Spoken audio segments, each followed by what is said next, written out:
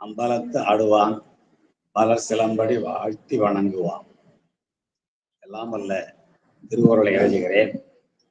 திருக்கைலாய பரம்பரை திருவாவடுதுறை ஆதீனம் ஸ்ரீலஸ்ரீ 24வது குருமகா சன்னிதானம் அவர்களின் பொன்னார் திருவடி கமலங்களை மனமொழிமைகளால் திசை நோக்கி போற்றி பணிந்து வணங்குகிறேன். நம்முடைய அன்பிற்குரிய திருப்பணிச்சம்மல் கோமலையா அவர்களை வணங்கி வாழ்கிறேன். நிகழ்ச்சியின் தொடக்கத்தில் ஞானசம்பந்த பெருமானுடைய திருமுறை விண்ணப்பம் மிக அருமையாக செய்த சிவ திருமதி வசலம்மாள் அவர்களை வணங்கி மகிழ்கிறேன். நிகழ்ச்சியை தொடங்கி வைத்திருக்கிறார் நம்முடைய மயிலை சைவ சித்தாந்த சபையினுடைய அமைப்பாளர் திருவாளர் செல்வம் அவர்களை வணங்கி கொள்கிறேன். நிகழ்ச்சியிலே பங்கு பற்றி இருக்கிற கோமல் ஓம் நமச்சிவாய அறக்கட்டளை, மயிலை சைவ சித்தாந்த சபை, இடைமருதி சன் சாத்திர குழு ஆகிய அமைப்புகளை சார்ந்த அன்பர்கள் அத்தனை பேருடைய திருவடிகளையும் பணிந்து வணங்கி இன்றைய திருத்தொண்டர் புராண சிந்தனையை நாம் தொடர்வோமாக. சென்ற வாரத்திலும் நம்முடைய திருத்தொண்டர் புராண சிந்தனை இலைமலிந்த சருக்கத்தினுடைய 6வது நாயன்மாராக விளங்குகிற அறிவாள் தாய நாயனார் என்னும் நாயனாரை பற்றிய வரலாறார். அவர் மருவிய கமரில் புக்க மாவடு விடேல் என் ஆசை விடேல் என் ஓசை உரிமையார் கேட்க வல்லார் திறமினி உரைக்கலுற்றேன் என்று சென்ற புராணத்தினுடைய நிறைவிலேயே நம்முடைய தெய்வ சேக்கிழார் தோற்றுவாய் செய்திருக்கிறார். அதுதான் நம்முடைய வரலாற்றினுடைய மிக இன்றியமையாத பகுதி. மருவிய கமரில் புக்க மாவடு விடேல் என் ஓசை உரிமையால் கேட்க வல்லார். அதை கேட்கின்ற தகுதியுடையவர் அவர்தான். அப்படி உரிமையால் கேட்க வல்லார் தரம் இனி உரைக்கலுற்றேன் என்று அந்த வரலாற்றை நம்முடைய தெய்வ சேக்கிழார் தொடங்குகிறார். மலைமலிந்த தோல் வள்ளல் மானக்கஞ்சாரன் எஞ்சாத வாழ்நாயன் அடியார்க்கும் அடியேன் என்பது திருத்தொண்டத் தொகை. நான் அதற்கு முன்பாக திருத்தொண்டத் தொகை, திருத்தொண்டர் திரு அந்தாதி ஆகியவற்றையெல்லாம் பார்த்துவிட்டு திருத்தொண்டர் புராணத்திலும் 23 பாடல்களை உடைய இந்த வரலாற்றில் அநேகமாக சரிபாரி 12 பாடல்கள் வரை நாம் பார்த்திருக்கிறோம். விரைவாக 12 பாடல்களையும் 12 வரிகளிலே சிந்தித்துவிட்டு இன்றைய பாடப்பகுதிக்குள் நாம் செல்லலாம். பொன்னி நாட்டில் கணமங்கலம் என்னும் ஓர் பதி, அது மக்களை வாழ்விக்கும் பதி. அந்த பதி நல்ல நீர்வளமும் நிலவளமும் சிறந்து விளங்கமையினாலே நெல்வளம் முதலாகிய நஞ்சை வளம் சிறப்பு துவங்கி இருக்கிற சிறப்பு உடையது. அந்த திருத்தலத்தில் வாழ்க்கை முழுவதும் அறநெறியிலேயே நின்ற மிக சிறந்த இல்வாழ்க்கையை அமைத்துக் கொண்ட தன்னுடைய மிகப்பெரும் செல்வத்தால் ஓங்கிய மாநிதியுடைய வேளாண் தலைமையிலே வேளாண் துறையிலே முதன்மை பெற்று வழங்கினார் ஒருவர். அவருடைய பெயர்தான் தாயனார் என்பது. அவர் எப்பொழுதும் தன்னுடைய நெஞ்சிலே தூய நாள் மலர் பாதம் கொண்டிருக்கிற நம்முடைய பெருமானுடைய திருவடிகளை எப்பொழுதும் தன்னுடைய உள்ளத்திலே தொடர்ந்து அதனாலே நிலை பெற்ற வாழ்வை உடையவராக விளங்குகிறார். பெருமானுடைய திருவடிகளை எப்பொழுதும் அவருடைய மனம் தொடர்வது காரணம் என்றால் அவர் இன்றும் நிலை பெற்ற நம்முடைய உள்ளத்திலே வாழ்வது காரியம். அப்படிப்பட்ட அந்த வேளாண் தலைமையராக விளங்குகிற தாயனார் என்னும் திருநாமமுடைய அவர் நாள்தோறும் பெருமானுக்கு ஆகும் என்று சென்னல் அதனால் ஆகிய இன்னமுது அவற்றோடு செங்கீரை மாவடு ஆகியவற்றை நாள்தோறும் பெருமானுக்கு அமுது செய்விப்பார். இவ்வாறு அவர் தொடர்ந்து பல காலம் செய்து வருவதை உலகத்திற்கு காட்டுவான் வேண்டிய நம்முடைய பெருமான் அவரிடம் இருக்கிற செல்வம் எல்லாம் அவர் முந்தையோர் வழி வழியாக தந்த செல்வம், இவர் வேளாண் துறையில் ஈட்டிய செல்வம் ஆகிய அனைத்து செல்வங்களும் அவரை விட்டு நீங்குமாறு அவர் அறியாமலே மாற்றினார் நம்முடைய பெருமான். அப்படி அவருடைய செல்வங்கள் எல்லாம் மறைந்து போனாலும் கழிவுன் விளங்கனி போல, விளாங்கனியினுடைய நோயைப் போல, விளாங்கனிக்கு ஏற்பட்ட அல்லது விளங்கனியை பற்றிய யானை நோய் என்னும் நோயைப் போல எல்லா செல்வங்களும் அவரை விட்டு மறைந்து போனாலும் அவருடைய அன்பு மட்டும் என்றும் குறையாமையினாலே தொடர்ந்து அவர் பழகி வந்த அந்த குற்றமற்ற செய்கையினை, அதாவது நாள்தோறும் செந்நெல் அமுதையும் செங்கீரையும் மாவடுவையும் பெருமானுக்கு அமுதாக படைக்கின்ற அந்த செயலிலிருந்து அவர் ஒருபோதும் தவறினார். மிகச் செல்வம் இருந்த போதும் சரி, எல்லா செல்வங்களும் களிறுன் விளங்கனி போல மறைந்த நிலையிலும் கூட அந்த குற்றமில்லாத செய்கையினை தொடர்ந்து செய்து வருவாராயினார் ஆயனார் என்னும் நாயனார். அவருடைய நிலங்களெல்லாம் இருக்கின்ற நிலைமை ஏற்பட்ட பொழுது, எப்பொழுதும் துன்பத்தை மட்டுமே விளைக்கின்ற நல்குறவு வந்த பொழுதும் கூட அவர் கூலிக்கு நெல் அறுத்து பெருமானிடத்து தொடர்ந்து கொண்டிருக்கிற நீண்ட அன்பினாலே, அது அந்த தைலவாரை என்று சைவத்திலே சொல்லுவார்களே, அப்படிப்பட்ட அன்பினாலே கூலியாக பெற்ற நல்ல செந்நெல்லை பெருமானுக்காகவும்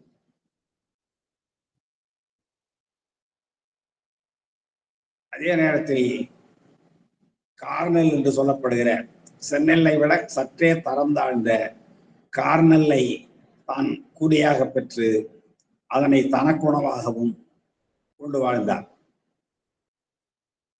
அந்த நிலையிலும் பெருமான் அவருடைய தொண்டின் திறத்தை, கொள்கையில் கொண்டிருக்கிற உறுதிப்பாட்டை உலகத்திற்கு மிக சிறப்பாக உணர்த்துவான் வேண்டி எல்லா வயல்களிலும் இவர் தேடி தேடி சென்று செந்நெல் எங்கே விளைகிறது என்று அறுப்பார். ஆனால் தேடி செல்லாமலே எல்லா வயல்களும் செந்நெல்லாகவே விளைகின்ற நிலையில் நம்முடைய பெருமான் மாற்றினார். ஆக அப்போ கிடைக்கிற அத்தனை நெல்லும் அவர் எதற்கும் பயன்படுத்த முடியாமல் கார்நெல் இருந்தால் மட்டும்தான் அவர் உணவு கொள்வார், செந்நெல் முழுவதும் பெருமானுக்கே என்று விட்டு விடுவார். அப்படிப்பட்ட ஒரு நிலை வந்த பொழுது கூட இது கூட நான் செய்த புண்ணியம்தான் என்று அதையும் ஏற்றுக்கொள்ளுகிற மனப்பக்குவம் உடையவராக இருந்தார். அதோடு மீண்டும் தொடர்ந்து மிகுதியாக நிரம்ப அந்த தன்னுடைய தொண்டினை சிறப்பாக செய்து பெருமானுக்கு அமுது செய்விப்பாராம். இந்த நிலையில் இவருக்கும் இவருடைய துணைவியாருக்கும் நாள்தோறும் உணவில்லாமல் பசியால் வருந்துகிற நிலை ஏற்பட்ட பொழுது அவருடைய துணைவியாராகிய அந்த அம்மையார் தன்னுடைய இல்ல தோட்டத்துக்குள் புகுந்து அங்கே கிடைக்கிற கீரையை கொண்டு வந்து குறைவில்லாத அன்போடு அந்த கீரையை உணவாக்கி அதை நம்முடைய அறிவாள் தாயருக்கு படைக்க அதையும் பெருந்தகையாகிய பெருமானிடத்து கொண்டிருக்கிற அன்பின் காரணமாக அவர் பெருந்தகையாகிறார். அந்த நிலையிலும் கூட அந்த கீரை உணவை அருந்தி அவர் செய்கின்ற அந்த அம்மையாரோடு இணைந்து செய்கின்ற கடமை என்ற உணவு நாள்தோறும் செந்நெல்லும் செங்கீரையும் மாவிடுவையும் அமுதாக படைக்கின்ற அந்த கடனிலிருந்து கொஞ்சமும் தடையேற்படாத வண்ணம் திருப்பணி செய்து வருகின்ற காலத்தில் பெருமான் மீண்டும் அவரை பக்குவப்படுத்துகிறார். எப்படி மனை பின்புறத்திலே விளைந்த அந்த செக்கீரையும் கிடைக்காமல் போக செய்கிறார் நம்முடைய பெருமான். அதுதான் இன்று நாம் பார்க்க வேண்டிய 13வது பாடல். சென்ற பாடல்ல பார்த்தோம், 12வது பாடல்ல சென்ற வகுப்பில் நிறைவான பாடலில் வைகளும் உணவிலாமை மனைப்படப்பயனில் புக்கு நைகரம் இல்லா அன்பின் நங்கை கை அடகு கொய்து பெய்களத்து அமைத்து வைக்க பெருந்தகை அருந்தி தங்கள் செய்கடன் முட்டாவண்ணம் திருப்பணி செய்யும் நாளில் என்று அந்த திரு அமுது படைக்கின்ற செயல் திருப்பணி என்று குறிப்பிடுகிறார். சிவதர்மோத்தரம் முதலான நூல்களிலே பெருமானுக்கு அமுது படைப்பதனாலே எவ்வளவு காலம் பயன் கிடைக்கும், சிவலோகத்திலே எவ்வளவு காலம் இருப்பார்கள் என்றெல்லாம் சிவதர்மோத்தரம் என்ற ஒரு அருமையான நூல் சொல்லும். அதுபோல இங்கே வைகளும் தங்களுக்கு, வைகள் என்றால் நாள்தோறும் என்பது பொருள். நாள்தோறும் தங்களுக்கு உணவில்லாத நிலை ஏற்பட்ட பொழுதும் கூட அந்த அம்மையார் மனை படைப்பையினில் புக்கு, படப்பை என்றால் தோட்டம், தங்களுடைய இல்லத்தின் பின்னாலே இருக்கிற தோட்டத்துக்குள் புகுந்து அந்த அம்மையாரை தெய்வ சேக்கடார் குறிப்பிடுகிற பொழுது நைகரம் இல்லா அன்பின் நங்கை என்றார். அன்பு என்றால் அப்படி இருக்க வேண்டும், சிறிதும் குற்றமில்லாத அன்பு, நாயனாரிடத்தை கொண்டிருக்கிற அன்பு. ஏன் நாயனாரிடத்துக்கு அவ்வளவு அன்பு என்றால், நாயனாரை இவர் ஊட்டி வளர்ப்பதன் மூலம் பெருமானுக்கு அவர் செய்கின்ற தொண்டு செய்கடன் மிகச் சிறப்பாக இருக்கும். ஆகவே இந்த 2 பேரும், அதாங்க இல்லறம் என்றால் அந்த கருத்து ஒருமித்து காதலர் இருவர் ஒன்றுபட்டு வாழ்வதுதான் இல்வாழ்க்கை. ஆதரவு பட்டதே இல்வாழ்க்கை என்று அவையார் குறிப்பிடுவார். அதுபோல நைகரம் இல்லா அன்பையுடையவராகிய அந்த அம்மையார் அடகு கொய்து கீரையை கொண்டு வந்து, சென்ற வாரம் சிந்தித்தோம். அடகு என்றால் கீரை என்பது பொருள். ராமாயணத்தினை எல்லாம் பார்த்தோம். அந்த வகையில் கீரையை கொய்து வந்து அதை உணவாக்கி பெய்களத்து அமைத்து வைக்க, அவர் உண்ணுகின்ற உண்கலத்திலே அதையே உணவாக படைக்க பெருந்தகையாராகிய, பாருங்க, எந்த நிலையிலும் அதாங்க இறைவனை தவிர வேறு எந்த சிந்தனையும் இல்லாமையினாலே தன்னுடைய பெய்களத்தில் இடப்படுவது உணவா கீரையா என்ற வேறுபாடு கூட தெரியாத அளவுக்கு பெருமானிடத்தை கொண்ட பக்தியின் காரணமாக தன்னுடைய கடமையை செய்ய வேண்டும் என்ற ஒரே உணர்வோடு இருப்பதனாலே அந்த ஒரு பாடல்ல சொல்வார்கள் அல்லவா, மெய் வருத்தம்பாரார் பசி நோக்கார் கண் துஞ்சார் எவ்வவர் தீமையும் மேற்கொள்ளார் அவமதிப்பும் கொள்ளார் செவ்வி அருமையும் பாரார் அவமதிப்பும் கொள்ளார் கருமமே கண்ணாயினார் என்பது ஒரு பழைய பாடல்.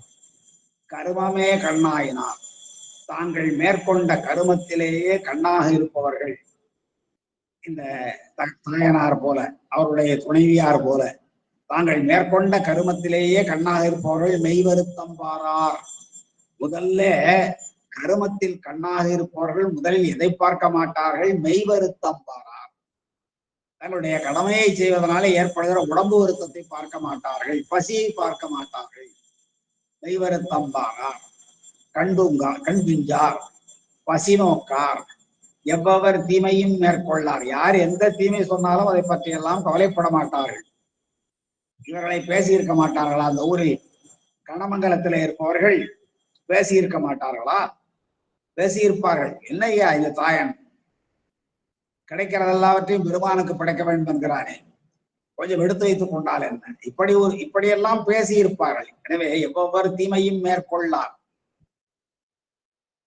செவ்வி அருமையும் பாரார். செவ்வி என்றால் காலம், அந்த காலத்தினுடைய அருமையையும் கூட அவர்கள் நோக்க மாட்டார்கள். அவமதிப்பும் கொள்ளார், பிறர் எந்த இடி சொல்லை சொல்லி பேசினாலும் அவற்றையெல்லாம் கொள்ள மாட்டார்கள். கர்மமே கண்ணாயினார் என்பது ஒரு அருமையான பாடம். அதே போல இவர்கள் கர்மமே கண்ணாக இருந்ததைத்தான் அந்த கடைசி வரியிலே சொல்கிறார், செய்கடன் முட்டாவண்ணம் திருப்பணி செய்யும் நாளில் எனவே திருப்பணி என்பது பெருமானுக்கு செய்கின்ற எந்த செயலாக இருந்தாலும் அது திருப்பணிதான். திருக்கோயில் எழுப்புவதாக இருந்தாலும், இல்ல வாயிலார் நாயனார் போல உள்ளே லிங்கத்தை அமைத்து அதற்கு திருமஞ்சனம் ஆட்டுவதும், தூபதீபம் காட்டுவதும், அர்ச்சனை செய்வதும், அமுதமைப்பதும் ஆகிய செயல்களை செய்வதும் திருப்பணிதான். பூசலார் நாயனாரை போல தன்னுடைய மனதுக்குள்ளே கோயில் கட்டுவதும் திருப்பணிதான். எனவே பெருமானோடு தொடர்புடைய எல்லா தொண்டுகளும் திருப்பணிதான்.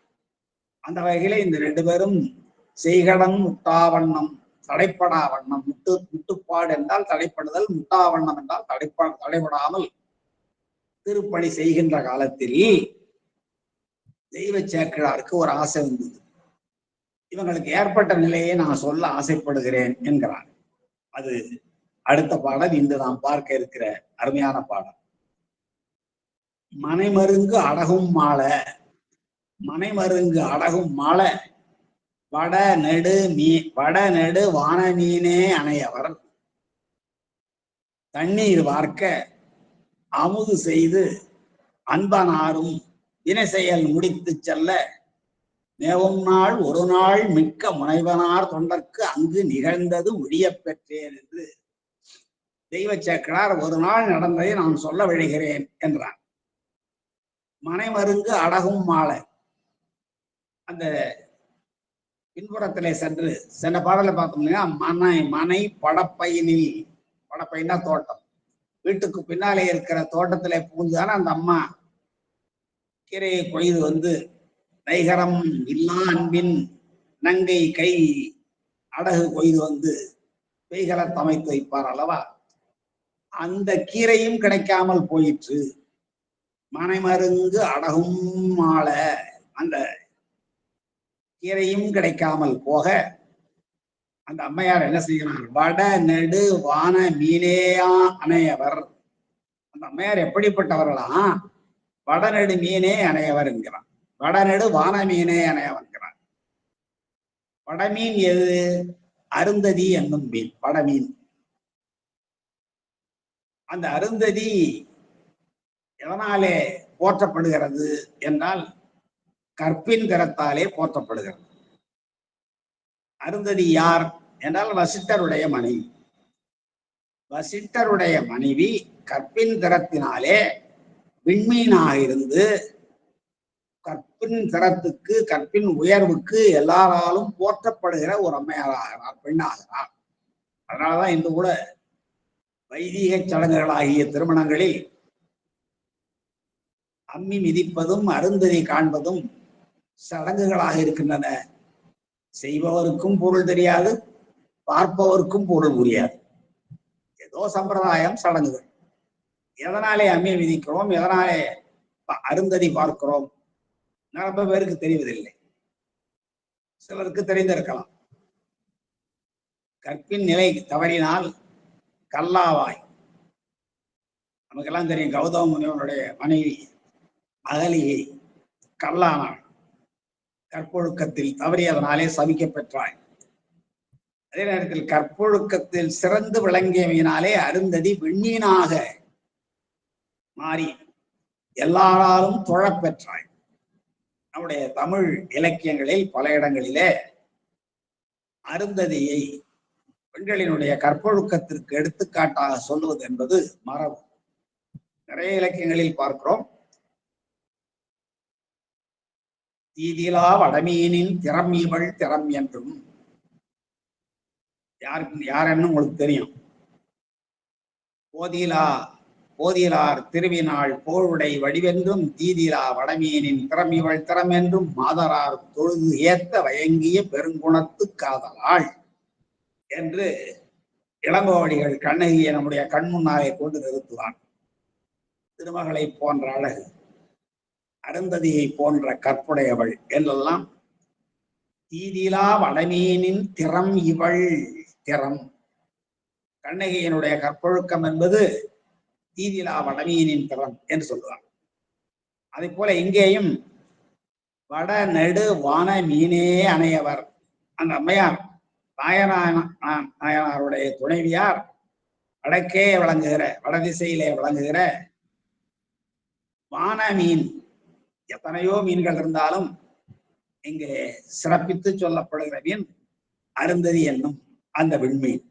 அது நெடுவான மீன் என்றார். நெடுமை என்பது கற்பினுடைய சிறப்பையும் உயர்வையும் சொல்லுவது.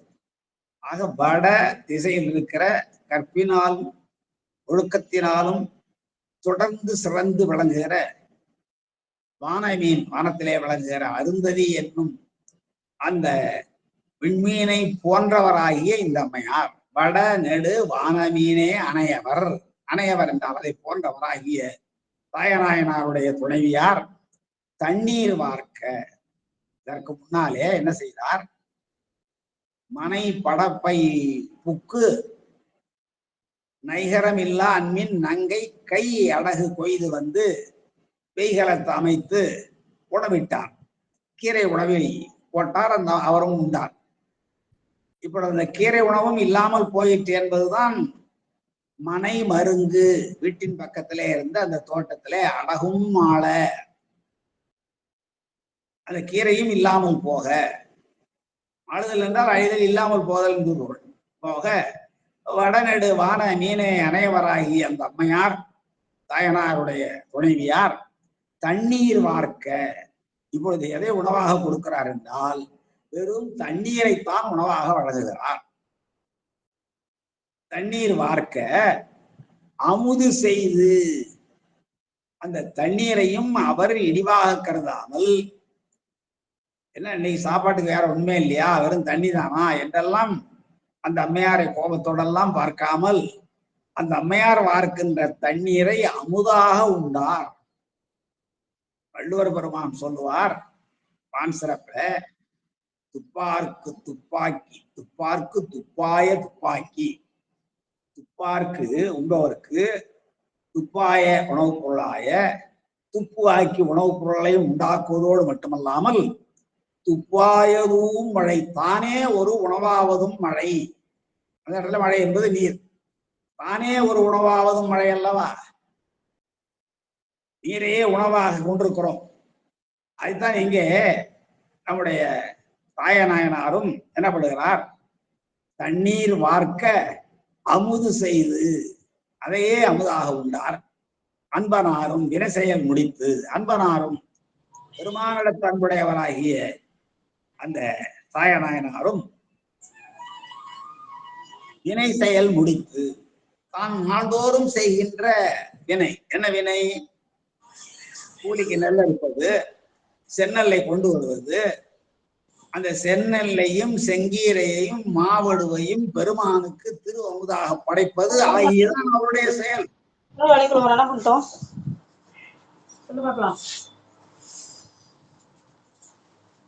சிவசிவன் வருதுயா, உங்க மைக் ஆஃப் பண்ணுங்க. அம்மா ஐயா மைக் ஆஃப் பண்ணுங்க. சிவசிவன் இங்க வருது எங்களுக்கு பேரு.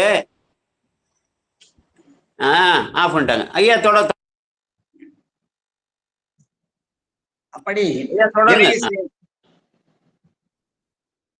அந்த அம்மையார் தண்ணீர் வார்க்கிறார்கள், அதையும் அவர் அமுதாக உண்கிறார், திருவமுதாக உட்கொள்கிறார். எந்த அளவுக்கு பெருமானிடத்து அன்பு இருக்குமானால், நான் முன்பே சொன்னது போல பசி நோக்காத தன்மை. அப்படி அமுது செய்து அன்பனாராகி அந்த தாயனாரும் வினை செயல் முடித்து, நாள்தோறும் செய்கின்ற அந்த செய்கடனை முடித்து, அந்த செய்கடன் தான் என்ன? கூலிக்கு நெல் அறுத்தல். இப்பொழுது கிடைப்பது முழுவதும் செந்நெல். எனவே செந்நெல்லையும் செங்கீரையையும் மாவடுவையும் பெருமானுக்கு அமுதாக கொண்டு வருதல், செய்வித்தல்.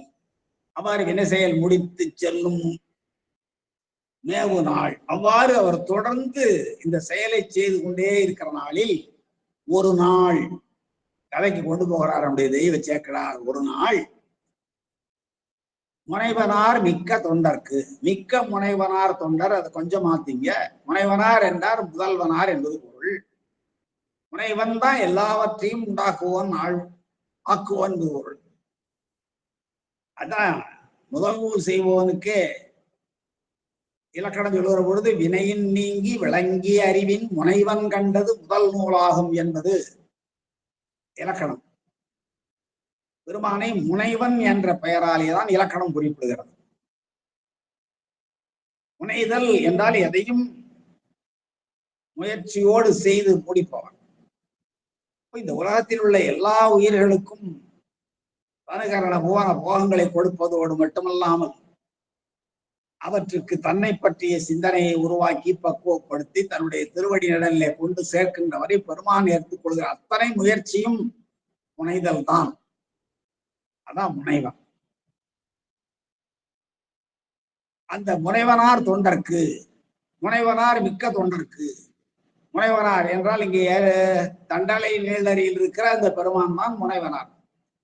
அவருடைய மிக்க தொண்டர், அவரிடத்து அன்பு மிகுதியாக உடைய, தன்னுடைய உணவை பொருட்படுத்தாமல், தன்னுடைய உடல் தளர்ச்சியை பொருட்படுத்தாமல், தன்னுடைய செல்வ நிலை குறைந்து போனதை எல்லாம் பற்றி கவலைப்படாமல், தன்னுடைய எல்லா செல்வங்களும் களிருண்ட விலங்கணி போல் மாறியதை பற்றியும் கவலைப்படாமல், பெருமானிடத்து கொண்டிருக்கிற அன்பு மட்டுமே போதுமானது என்ற நிலையில் விளங்குகிற மிகுதியான அன்புடைய தொண்டர். முனைவனார் மிக்க தொண்டர்க்கு அங்கு நிகழ்ந்தது ஒரு நாள், மேல முடிச்சா பாருங்க, ஒரு நாள் அங்கு நிகழ்ந்தது. ஒரு நாள் அங்கே, எங்கே, கணமங்கலத்துக்கும் தண்டலை நீளரிக்கும் இடையிலே அங்கு நிகழ்ந்தது மொழிய பெற்றேன். நிகழ்ந்ததை மொழிகின்ற சொல்லுகின்ற ஒரு பேற்றினை நான் பெற்றேன், மொழிய பெற்றேன். அப்படி ஒரு பெரும் பேர் எனக்கு கிடைத்தது. என்னென்றால் அந்த நாயனாருடைய நிலை, அவர் எய்திய நிலையினை சொல்லுகின்ற ஒரு பெரும் பேர் எனக்கு கிட்டிற்று. தெய்வ சேக்கரார் குறிப்பிடுகிறார். ஏனென்றால் ஒரு சைவத்தோடு தொடர்புடைய, சிவத்தோடு தொடர்புடைய நாயன்மார்களுடைய, பெரியவர்களுடைய, அருளாளர்களுடைய, அடியார்களுடைய வரலாறுகளை சொல்லுவதும் கேட்பதும் மிக பெரும் புண்ணியம். அப்படிப்பட்ட ஒரு புண்ணியத்தை சொல்லுகின்ற பேரு எனக்கு கிட்டியது என்று இந்த பாடலிலே தெய்வ சேக்கரார் குறிப்பிடுகிறார். மீண்டும் ஒருவரை பாடலை மட்டும் படிக்கிறேன். மனைமருங்கு அடகும் மால, அந்த அடகும் என்றது எதுவுமே இல்லை, எல்லாம் அழிஞ்சு போச்சு.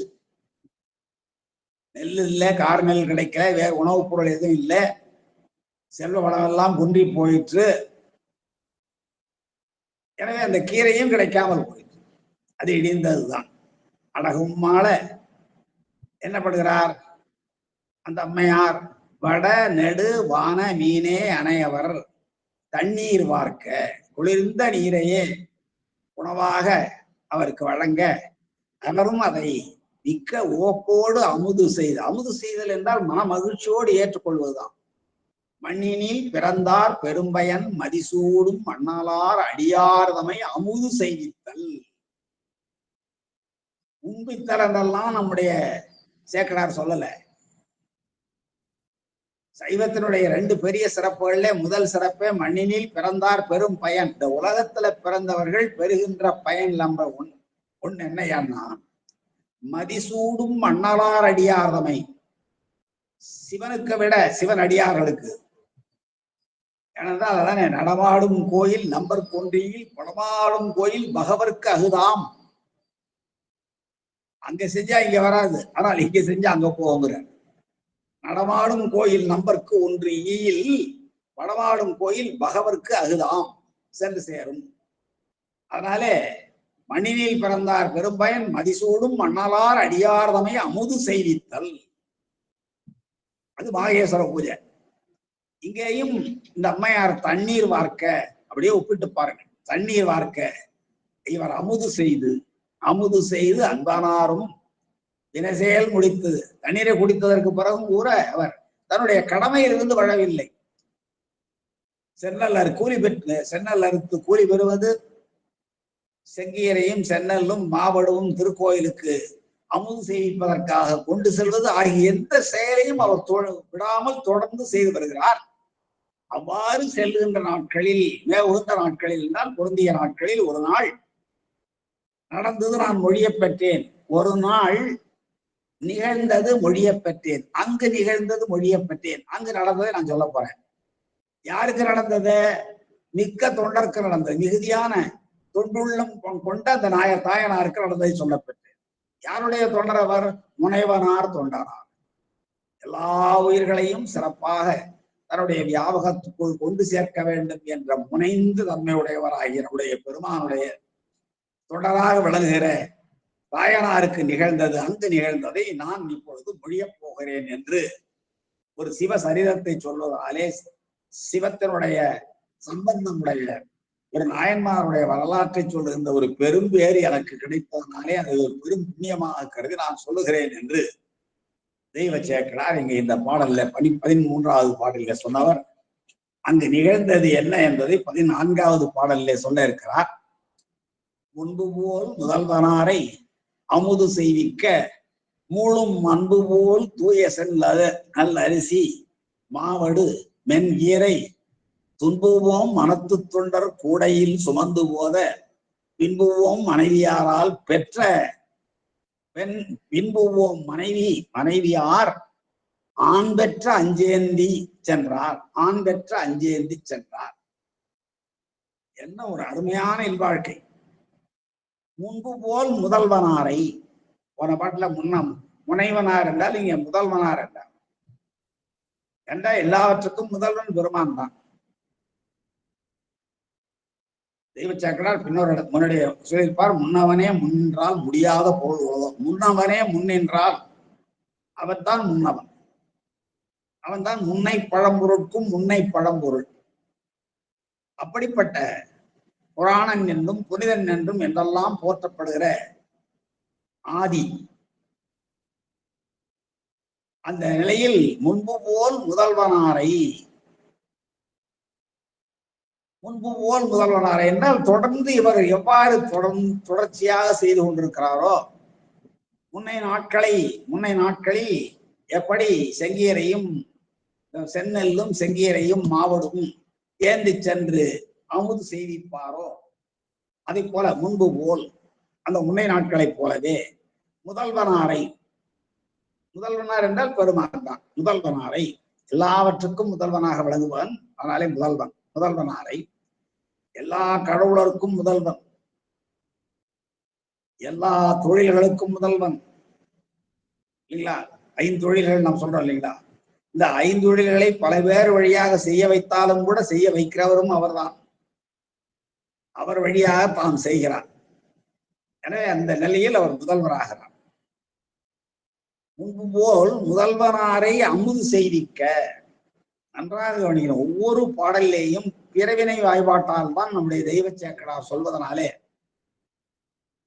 செந்நெல்லையும் செங்கீரையும் மாவடுவையும் கொண்டு சென்று அங்கே பக்குவப்படுத்தித்தான் இவர்கள் அமுது செய்விக்கிறார்கள். ஏனென்றால் புறத்திலே வெளியிலே சென்று செய்து கொண்டு போய் படைப்பது ஆகமங்கள் சொல்லுகின்ற முறை அல்ல. அங்கே சென்றுதான், திருக்கோயிலே சென்றுதான், பாகசாலையில் தான் சமைக்க வேண்டும், பெருமானுக்கு நிவேதன பொருட்களை தயாரிக்க வேண்டும் என்ற அந்த கோட்பாடுகளை எல்லாம் இந்த காலத்துக்கு வேண்டுமானால் பொருந்தாமல் போகலாம். என்றாலும் நாம் 12ஆம் நூற்றாண்டில் தெய்வ சேக்கலாருடைய வரலாற்றை, அதுவும் அறிவாள் தாயநாயனாருடைய காலம் நமக்கு தெரியாது. எனவே முன்பு போல் முதல்வனாரை அமுது செய்விக்க மூளும் அன்பு போல் தூய செந்நெல். அவர் கொண்டு போற நெல் தூய்மையான செந்நெல். அந்த தூய்மையான செந்நெலுக்கு ஒரு ஓமை சொல்ல விரும்பினால் நம்முடைய சேக்கலார் என்ன ஓமை சொல்லலாம்? எவ்வளவு தூய்மையானது அந்த நெல்! தூய்மையானது, செந்நெல் தூய்மையாக இருந்தது. அந்த தூய்மையான செந்நெலுக்கு ஒரு ஓமை சொல்ல வேண்டும் என்று விரும்பினார் நம்முடைய ஆசிரியர் தெய்வ சேக்கலார். என்ன ஓமையை சொல்லலாம் என்று பார்க்கிற பொழுது வேற எந்த ஓமையும் அவருக்கு சொல்லல. நாயனாருடைய அன்பு எவ்வளவு தூய்மையானதோ அவ்வளவு தூய்மையான, சிலவற்றுக்கு ஓமையை சொல்ல முடியாது, பெருமானுக்கு ஓமை சொல்ல முடியாது. தனக்கு ஓமை இல்லாதான் தாழ் சேர்ந்தார் கல்லால் மணக்கவலை ஏமாற்ற இருந்தார். பெருமானுக்கு ஓமை யாரையும் சொல்ல முடியாது. அது போல அன்புக்கு ஓமை சொல்ல முடியாது. அன்பு எப்படி இருக்குது சார்த்தி பார்க்கலாம். கண்ணப்பன் ஒப்பதோர் அன்பு இன்மை கண்டவின். அப்போ அன்பு என்பது செயல் வழியாக தெரிவது. அந்த அன்பு மிக தூய்மையானது. தூய்மையாக இருந்தால்தான் அந்த அன்பு. அந்த அன்பு போல் தூய்மையான செந்நெல்லையும், அன்பு போல் தூய்மையான செங்கீரையும், அன்பு போல் தூய்மையான மாவடுவையும் என்று நாம் கொள்ள வேண்டும்.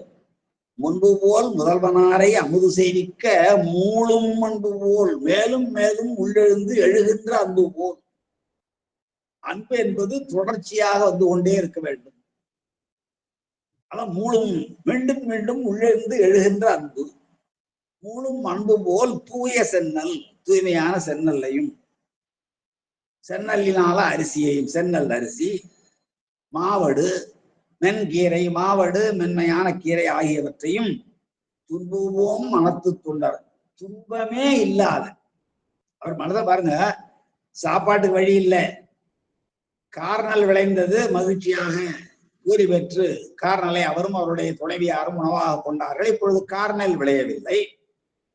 இப்ப கார்நல் போய்விட்டதே என்று வருந்தி இருக்க வேண்டும் அல்லவா? இதுவும் அடியேன் செய்த புண்ணியம் முழுவதும் சென்னல்லாக போர் பொழுது கூட அதையும் அவர் மகிழ்ச்சியோடு ஏற்றார். அங்கேயும் துன்பமில்லை. பிறகு மனைப்படப்பை அழகை கொண்டு வந்து அந்த அம்மையார் உணவிட்டார். கவலைப்படாமல் இப்ப கார்நெல் அரிசியும் இல்லை என்றாலும் இந்த உணவு போதும் என்று அந்த நிலையில் அதை ஏற்றுக்கொண்டார். அதுவும் கிடைக்கவில்லை. அம்மையார் தண்ணீரை வார்க்கிறார், அதையும் அமுதாக ஏற்கிறார். ஆக எந்த நிலையிலும் துன்பத்தை சிறிதும் கொள்ளாத வந்து துன்புவோம் மனத்து, கொஞ்சம் கூட அவருடைய மனதில் கார்நெல் கிடைக்கவில்லையே அதனால் உணவு போயிற்றே, கீரை கிடைக்கவில்லையே அதனால் உணவு போயிற்றே என்ற எந்த நிலையிலும், அதோடு மட்டுமல்லாமல் தான் பெற்றிருந்த மிக பெரும் தொக்க மானிதியம், மிக பெரும் செல்வம் எல்லாம் போயிற்றே, எந்த கவலையும் இல்லை. ஆனால் துன்பமே இல்லாத முழுவதும்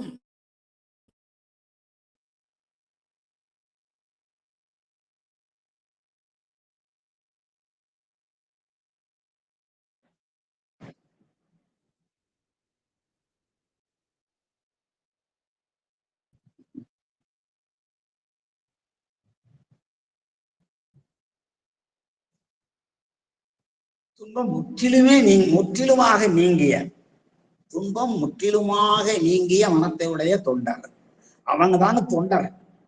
தன்னை பற்றி எந்த சிந்தனை இல்லாமல் தான் எடுத்துக்கொண்டிருக்கிற அந்த சிவப்பணியாகிய திருப்பணியை மட்டுமே செய்கின்ற நிலையில் இருப்பவர் தான் உண்மையான தொண்டர்கள். அதனாலதான் அவ்வையார் தொண்டர்தன் பெருமை சொல்லவும் பெரிது என்ன அந்த பட்டியெல்லாம் அவர் போட்டு காட்டாலும் இந்த ஈற்றடியில் சொல்லப்பட்டிருக்கிற ஒரு செய்தியை மட்டும் நீங்கள் சிந்திக்க வேண்டும். தொண்டர்தம் பெருமை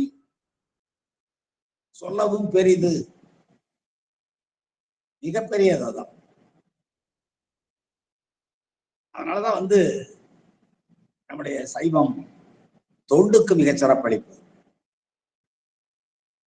துன்புவோம் மனத்து தொண்டர் கூடையில் சுமந்து போத, கூடையில சுமந்து வர்றாரு. எதை கூடையில சுமந்து வர்றாரு? மூளும் அன்பு போல் செந்நெல் அரிசி, மூளும் அன்பு போல் தூய செந்நெல் அரிசி. அந்த அன்பு போன்றது தூய்மையான செந்நெல் அரிசி. தூய செந்நெல் அரிசிக்கு சொல்லப்பட்ட உவமைதான் அவருடைய உள்ளத்தில் பொங்கி எழுகின்ற அன்பு. அன்பு வேறு செந்நெல் வேறு, ரெண்டு ஒன்றுதான். அப்ப தன்னுடைய மனதில் எழுகின்ற அன்பு போன்ற தூய்மையான செந்நெல்லையும் மாவடுவையும் மென்மையான கீரையையும் துன்பமே இல்லாத, அதாவது இன்பமே எந்நாளும் துன்பமில்லை. சைவம் அதாங்க சொல்லுது, இன்பமே எந்நாளும் துன்பமில்லை. பெருமானுடைய திருவடி சித்தரை மட்டும் வருமானால், பெருமானை தவிர வேறு எவனுக்கும் நான் அடிமை இல்லை, நாமார்க்கும் குடியல்லோம் நமனை எஞ்சோம் என்ற அந்த உணர்வு வருமானால் இன்பமே எந்நாளும் துன்பமில்லை என்ற உணர்வு தானாக எழும். அதனாலதான் இவர்களுக்கும் துன்பம் நீங்கிய, அதான் துன்புவோம் மனத்து, துன்பம் சுத்தமாக இல்லாத மனத்தை உடையவராகிய தொண்டர் கூடையில் சுமந்து போத கூடையில் சுமந்து கொண்டு செல்கிறார். சுமத்தல் என்றாலே என்ன பொருள் என்றால் நிரப்ப கொண்டு போனதான் சுமக்கிறது, சுமை. போதோடு நீர் சுமந்து ஏத்த 30 போறது சுமத்தலாக. அப்ப அவருக்கு கிடைக்கிற கூலி நெல் முழுவதையும் அரிசியாக்கி கொண்டு போகிறார். நாளைக்கு மறுபடியும் இன்று பெற்ற கூலியில் நாளைக்கு வைத்துக் கொள்வோம் என்று இல்லாமல் இன்று பெற்ற கூலி முழுவதையும் என்றே நாளைக்கு வழங்குவதற்கு மீண்டும் நாம் கூலிகள் அறுத்து பெறலாம். அதனாலே கிடைக்கிற அத்தனையும் கொண்டு செல்வதனாலே கூடையில் சுமந்து போத, கூடையில் அப்படியே சுமந்துட்டு செல்றார்.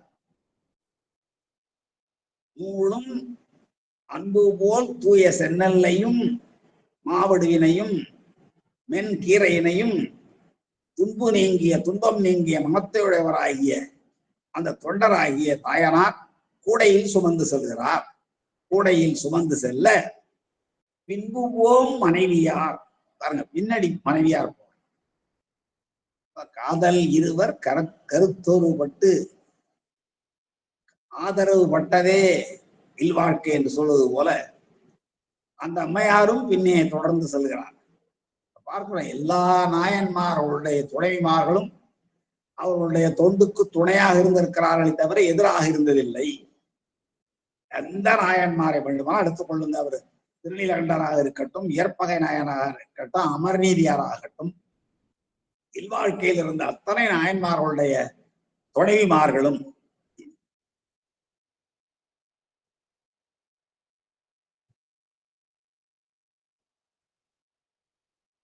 மிகச்சிறந்த தொண்டர்களாகத்தான் இருக்கிறார்கள். தங்களுடைய கணவன்மார்களுடைய தொண்டுக்கு, திருத்தொண்டுகளுக்கு, திருப்பணிகளுக்கு துணையானவர்களாகத்தான் இருந்திருக்கிறார்கள். எல்லா வரலாறையும் நீங்கள் பார்க்கலாம்.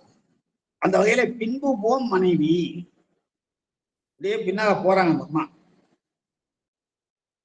இறைவனுக்கு செய்கிற தொண்டை கூட இருவரும் சேர்ந்து செய்ய வேண்டும் என்பதுதான் அறம். இல்லறத்தினுடைய கடமையே அறவோர் கழித்தலும் பத்தனர் ஓம்பலும் துறவோர் கழித்தலும் தொல்லோர் சிறப்பின் விருந்தெதிர் போடலும் ஆகின்ற செயல்களை எல்லாம் இருவரும் சேர்ந்துதான் செய்ய வேண்டும்.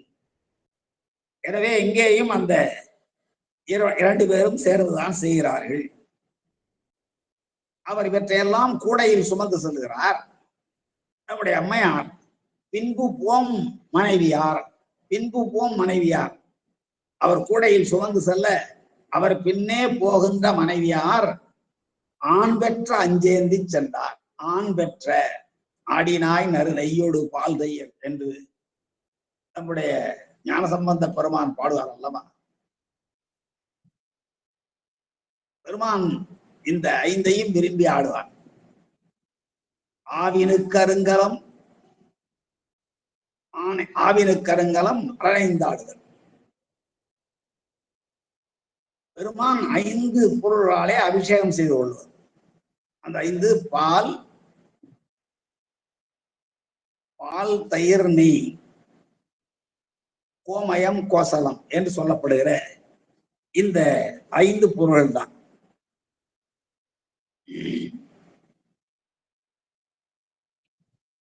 இந்த 5ம் பசுவிலிருந்து கிடைக்கிறது. பால், தயிர், நெய், கோசலம், கோமயம், கோமலம். அந்த கோமலம் என்பதை கோமயம் என்போம், கோசலம் என்போம். இந்த 5ம் பெருமானுக்கு அபிஷேகத்துக்குரிய, பெருமான் விரும்பி ஆடுகின்ற ஆடினாய் நறு நெய்யோடு பால் தயிர் என்று சொல்றார்களோ அது மாதிரி அறநஞ்சாடுதல் 5 பொருளாலே அபிஷேகம் செய்து கொள்வது. ஆவினுக்கு அருங்கலம், பசுவின் இருந்து கிடைக்கிற இந்த 5 பொருள்கள். அதனாலதான் திருக்கோயில் என்ன பண்ணுவாங்க, அந்த கோமலம் கோசலத்திற்கு பதிலாக இப்படி இந்த அளவில் செய்ய வேண்டும் என்றெல்லாம் பண்டை காலத்திலே அந்த நிபந்தங்கள்ல கல்வெட்டுகள்லாம் வெட்டி வைத்திருந்தார்கள். ஆனால் காலப்போக்கில் அதெல்லாம் இயலாமல் போய் இப்பொழுது அந்த கோமலமும் கோசலமும் சேர்ந்ததுதானே திருநீர் இல்லைங்களா. பசுவினுடைய மலம்தானே திருநீற்றினுடைய மூலம். அப்ப இந்த கோமலம் கோசலம் இரண்டும் இணைந்ததுதான் திருநீர். அதனாலதான் இப்ப என்ன பண்றாங்க, இந்த பால் தயிர் நெய்க்கு பிறகு இந்த திருநீர் அபிஷேகம் பண்ணுவாங்க. அது கோமலம் கோசலம் இணையாகிவிடும். இப்போ அந்த அம்மா என்ன எடுத்து போறாங்க, பின்பு போம் மனைவியார் ஆண் பெற்ற ஆண்னா பசு, ஆண் பெற்ற அஞ்சு ஏந்தி சென்றார். அஞ்சு, ஆண் பெற்ற அஞ்சு என்பதுதான் பால், தயிர், நெய், கோமயம், கோசலம் என்று சொல்லப்படுகிற அந்த ஐந்தையும் மண்கலத்திலே ஏந்தி செல்கிறார். இங்கே காட்டப்படவில்லை மண்கலம் என்று. அவர் கூடையில் ஏந்தி சென்றார் என்று சொன்னவர் இந்த அம்மையார் எதில் ஏந்தி சென்றார் என்று சொல்லவில்லை. ஆனால் பின்னாடி சொல்லுகிறார் அந்த அம்மையார் மட்கலத்தில் ஏந்தி சென்றிருக்கிறார் என்பதை பார்க்கிறோம். பின்பு போம் மனைவியார் என்பதை நாம் நிறைய முறை படிச்சிருக்கிறோம். அப்படியே சிவகவிமணி ஐயா அவர்களும் நல்ல எடுத்துக்காட்டு காட்டியிருக்கிறார்கள். மனிதர்கள் மட்டுமல்லாமல் விலங்குகளும் கூட ஆணும் பெண்ணுமாக வழிபாடு செய்ய போன செய்தி அந்த காணப்பேரையில் என்னும் திருத்தலத்தில் ஞானசம்பந்த பெருமான் பாடியருடைய அந்த பதியத்தில் பிடியலாம் பின் செல்ல பெருங்கை மா மலர் தழி விடியலே தடம் மூழ்கி விதியினால் வழிபடும் கடியுலாம் பூம்பொழில் காணப்பேரண்ணலின் அடியலால் உடைசார் உடையரோ அடியரே என்று ஞானசம்பந்த பெருமான் பாடுவார். இன்னும் அதே பதிகத்தில் 2 இடத்துல பாடி காட்டுவார். மானமா மணப்பிடி வங்கையால் அலைகிட காணமார் கடகரி வழிபடும். மானாமார் மடப்பிடி பெண்பால், பிடின்னா பெண் யானை, கரின்னா ஆண். கரி என்பது பொது பெயர், களிறுங்கிறது ஆண்பார் பெயர். இங்க பிடியலாம் பின் செல்ல பெருங்கைமா மலர்தழி விடியலே தடம் மூழ்கி விதியினால் வழிபடும் என்று அங்க பெருங்கைமா மலர்தழி என்பதில் அங்க ஆண் யானை குறிப்பிடுகிறார். அதுபோல இங்கேயும் மானமா மடப்பிடி பெருமைக்குரிய இளமையான பெண் யானை பன்கையால் அலைகிட, தன்னுடைய தும்பிக்கையினாலே அலைகிட வழிபாட்டுக்குரிய இடத்தை தூய்மைப்படுத்த காணாமார் கடகரி வழிபடும். காட்டில் வாழ்கின்ற மதமுழுகுகின்ற கரி என்றால் அந்த இடத்துல கரத்தை உடையது என்னும் பொருளை உடையது. ஆனால் இந்த இடத்தில் முன்னாடி பெண்பாரை சொன்னதுனாலே இந்த இடத்தில் கரி என்ற அந்த பொது பெயர் ஆண்பாரை உணர்த்து. காணாமார் கடகரி வழிபடும் என்று விலங்கினங்களும் கூட ஆணும் பெண்ணும் சேர்ந்து வழிபாடு செய்து நான் பார்க்கிறோம். நிறைய பாடல்கள்ல இது இருக்கிறது, திருமுறைகள்ல நண்பர்கள் அறிந்திருக்கவும் கூடும். அப்போ இந்த அவர் கூடையில் இந்த பொருள்களை சுமந்து செல்ல இந்த அம்மையார் பின்பு போகின்ற மனைவியாராகிய அவர் ஆண் பெற்ற அஞ்சும் பசுவிலிருந்து கிடைத்த அந்த 5 அபிஷேக பொருள்களையும் ஏந்தி சென்றார், மட்களத்திலே ஏந்தி சென்றார் என்பது இந்த 14வது பாடல். அடுத்து 15வது பாடல். போதரா நின்ற போது புலர்ந்துகால் தளர்ந்து தப்பி மாதரார் வருந்தி வீழ்வார் மட்களம் மூடுகையால் காதலால் அனைத்தும் எல்லாம் கமரிடை சிந்தக் கண்டு பூதநாயகர் தொண்டர் போவது அங்கு இனி ஏன் என்று அப்படி ஒரு நிலை உருவாகிவிட்டது. ஒரு நாள் அங்கு நடந்தது நிகழ்ந்தது மொழியலுற்றேன் சேக்கடார் சொன்னார். ஒரு நாள் அங்க நடந்ததை நான் சொல்ல போறேன்னு சொன்னார். சொல்லும் பேரு பெற்றேன் என்று சொன்னார். அந்த ஒரு நாள் என்ன? அவர் மூளும் அன்பு போல் தூய சென்னல்லும் மாவடும் மென்கீரையும் துன்புவும் மனத்தையுடையவராகிய தொண்டர் கூடையில் சுமந்து செல்ல பின்பு போகின்ற மனைவியார் ஆண் பெற்ற 5 ஏந்தி சென்றார். ஒரு நாள் நிகழ்ந்ததை சொல்லுகிறார். அவ்வாறு 2 பேரும் போகிற பொழுது போதரா நின்ற போது என்றால் போகின்ற பொழுது தொடர் நிகழ்காலம். ஆனின்று என்றால் நிகழ்கால இடைநிலை. கின்று கிரு ஆனின்று. இந்த ஆனின்று என்ற சொல் பழக்கத்திலே குறைஞ்சு போச்சு. பெரும்பாலும் இன்னும் கொஞ்ச நாள்ல கின்றும் போய்விடும் நினைக்கிறேன். வருகின்றான் போகின்றான் என்றதெல்லாம் போய் வருகிறான் போகிறான். கிரு என்ற ஒரு இடைநிலை தான் பெரும்பாலும் பேச்சு வழக்கிலும் எழுத்து வழக்கிலும் காணப்படுகிறது. நிகழ்கால இடைநிலைகள் 3: கின்று, கிரு, ஆனின்று. இந்த 3 தான் நிகழ்காலத்தை காட்டுகிற இடைநிலைகள். எந்த ஒரு வினைச்சொல்லை எடுத்து இந்த இடைநிலை மாத்திரீங்கன்னா காலம் மாறி போகும். காலம் காட்டுவதே இடைநிலைகள் தான். பகுதி, விகுதி, இடைநிலை, சந்தி, சாரியை, விகாரம் என்று சொல்லப்படுகிற 6 உறுப்புகளில் ஒரு பகுபதத்தில், அதாவது பகுக்கக்கூடிய வினை சொல்லில் காலத்தை காட்டுவது இடைநிலைகள் தான். ஒரு சொல் இறந்த காலமா, நிகழ்காலமா, எதிர்காலமா அல்லது எதிர்மறையா என்பதையெல்லாம் காட்டுவது இடைநிலைகள் தான். அந்த இடைநிலைகளை மாற்றினால் காலம், சொல்லினுடைய காலம் மாறி போகும். இப்ப நடக்கின்றான் இருக்குன்னு வச்சுங்களேன், நடக்கின்று ஆண் என்று பிரிக்கிறோம். அந்த கின்று என்கிற நிகழ்கால இடைநிலை எடுத்துட்டு அங்க இப்பு போடுங்க, நடப்பான்னு ஆயிடும். இப்ப எதிர்கால இடைநிலை. அல்லது இத்து போடுங்க, நடந்தான் ஆயிடும். நட, இத்து, ஆண், நடந்தான். அந்த இத்து இந்தும் போடுறது அதுக்கான தனி புணர்ச்சி விதிகள் இருக்கின்றன.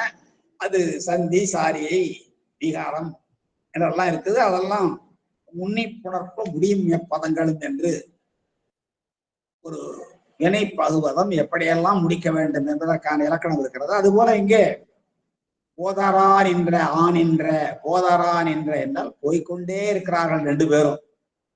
அவர் கூடையில ஏந்தி செல்கிறார்.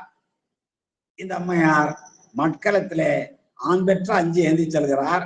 அவ்வாறு போதரான் என்ற போது போய்கொண்டே இருக்கின்ற பொழுது 2 பேரும் சென்று கொண்டே இருக்கிறார்கள். எங்கிருந்து? கணமங்கலத்திலிருந்து தண்டலை நீழ்நெறிக்கு சென்று கொண்டிருக்கிறார்கள். அது ஒரு கிலோமீட்டர் அல்லது 1.5 கிலோமீட்டர் தூரம் இருக்கலாம். கணமங்கலம் என்ற கிராமம் இப்போது இல்லை, அது கணமங்கல திடலாயிற்று. போதரான் என்ற போது புலர்ந்து, எத்தனை நாளுங்க அவர் உணவின்றி இருக்கிறார். நன்றாக நாம் சிந்திக்க வேண்டும். அரிசி சோறு இல்லை, கீரை உணவும் இல்லை, வெறும் தண்ணீரை குடித்துக் கொண்டு எத்தனை நாளுக்கு உயிர் வாழலாம்? செயல்படுத்த முடியுமா? செய்கடன் வினை செய் கடன் முற்றாத நிலையில் தொடர்ந்து செய்து கொண்டிருக்கிறார்கள் அல்லவா? அவர் தினந்தோறும் நெல் அறுக்க போக வேண்டுமே, அரிசியாக்க வேண்டுமே, செங்கீரையும் மாவோடு கிடைக்கிறதுல கொண்டு வர வேண்டுமே, அதுக்கெல்லாம் முயற்சி தேவையில்லையா? தேவையை உண்டல்லவா? ஆகவே இவற்றையெல்லாம் செய்து வந்ததனாலே இந்த இப்போ போய்கொண்டிருக்கிற பொழுது புலர்தல் என்றால் உடம்பு வாடி போகுது.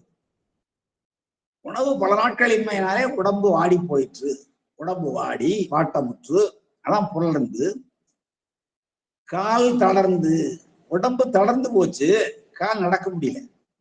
பசியின் காரணம். வலிமே உடம்புல இல்லை, மனத்தில் இருக்கிற திண்மை உடம்புல இல்லை.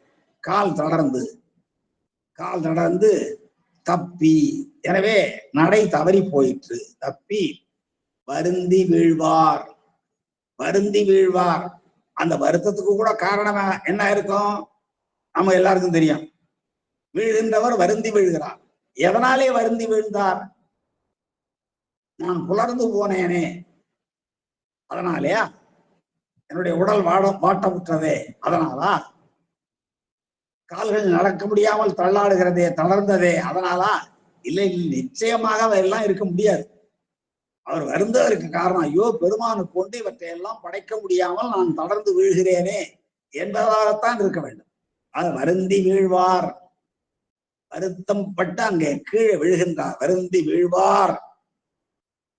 அந்த வீழ்வாரை என்று 2ஆம் வேற்றுமை உருவை நாம் விரித்து கொள்ள வேண்டும். உருவு மறைந்திருக்கிறது, அது வேற்றுமை தொகை. வேற்றுமை உருவு மறைந்திருந்தால் வேற்றுமை தொகை, வினை உருவு மறைந்திருந்தால் வினைத்தொகை. வினை உருவு என்ன? இது காலம். பண்பு உருவு மறைந்திருந்தால் பண்பு தொகை, மறைந்திருந்தால் ஓமை தொகை, மறைந்திருந்தால் உண்மை தொகை, அல்லாத மொழி மறைந்திருந்தால் அம்மொழி தொகை. இந்த மேலே சொன்ன வேற்றுமை, வினை, பண்பு, உவமை, உண்மை, இந்த 5 தொகை மேல்தான் அன்மொழி தொகை வரும். 5 தொகை மொழி மேல் அன்மொழி. அன்மொழி தொகைக்கு இலக்கணம். அன்மொழி என்றால் அல்லாத மொழி என்று பொருள். செய்யுள்ள இல்லாத ஒன்றை சொல்வாங்க. போதரான் என்ற போது புலர்ந்துகால் தளர்ந்து, தப்பி.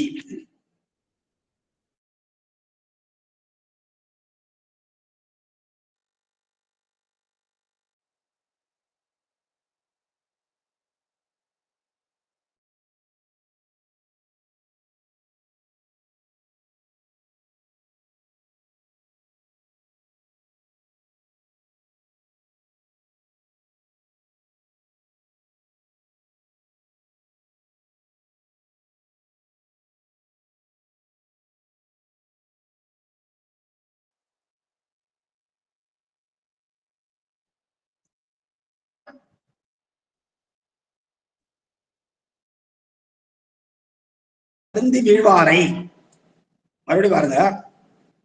போதரார் என்ற போது ரெண்டு பேரும் போய் கொண்டே இருக்கிற பொழுது ரெண்டு பேரும் போறாங்க. அவர் கூடை சுமந்து முன்னே செல்கிறார். இந்த அம்மையார் ஆண் பெற்ற 5 சேர்ந்து பின்னே போகிறார். இந்த பின்னே போகிறார் தான் சென்ற பாடல்ல பார்த்தோம். பின்புவோம் மனைவியார். ஆக ரெண்டு பேரும் ஒருவர் பின் ஒருவராக சென்று கொண்டிருக்கிறார்கள்.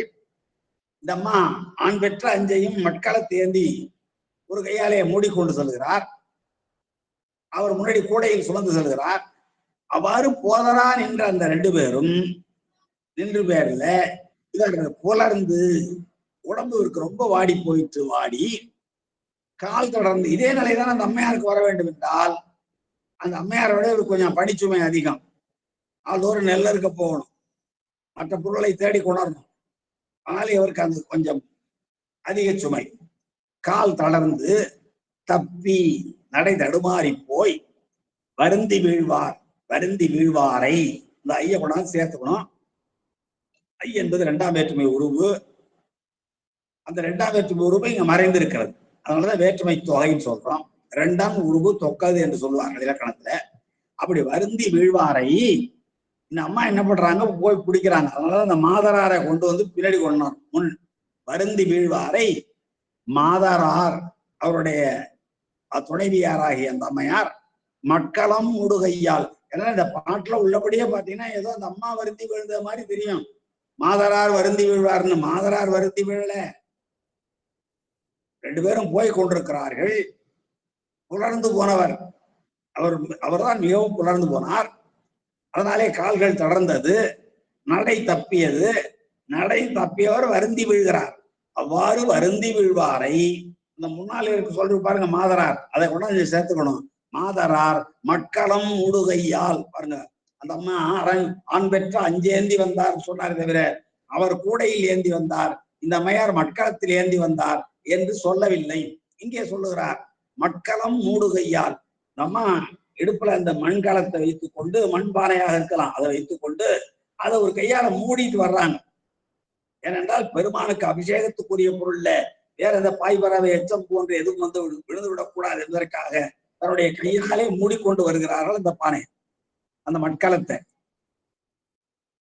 அப்போ அந்த மட்கலம் மூடுகையினாலே அந்த அம்மையார் என்ன செய்கிறார்கள், காதலால் அணைத்து கீழே விழுபவரை கீழே விழாமல் தன்னுடைய ஆசை மிகுதியினாலே, அன்பின் மிகுதியினாலே அவரை அணைக்கிறார்கள்.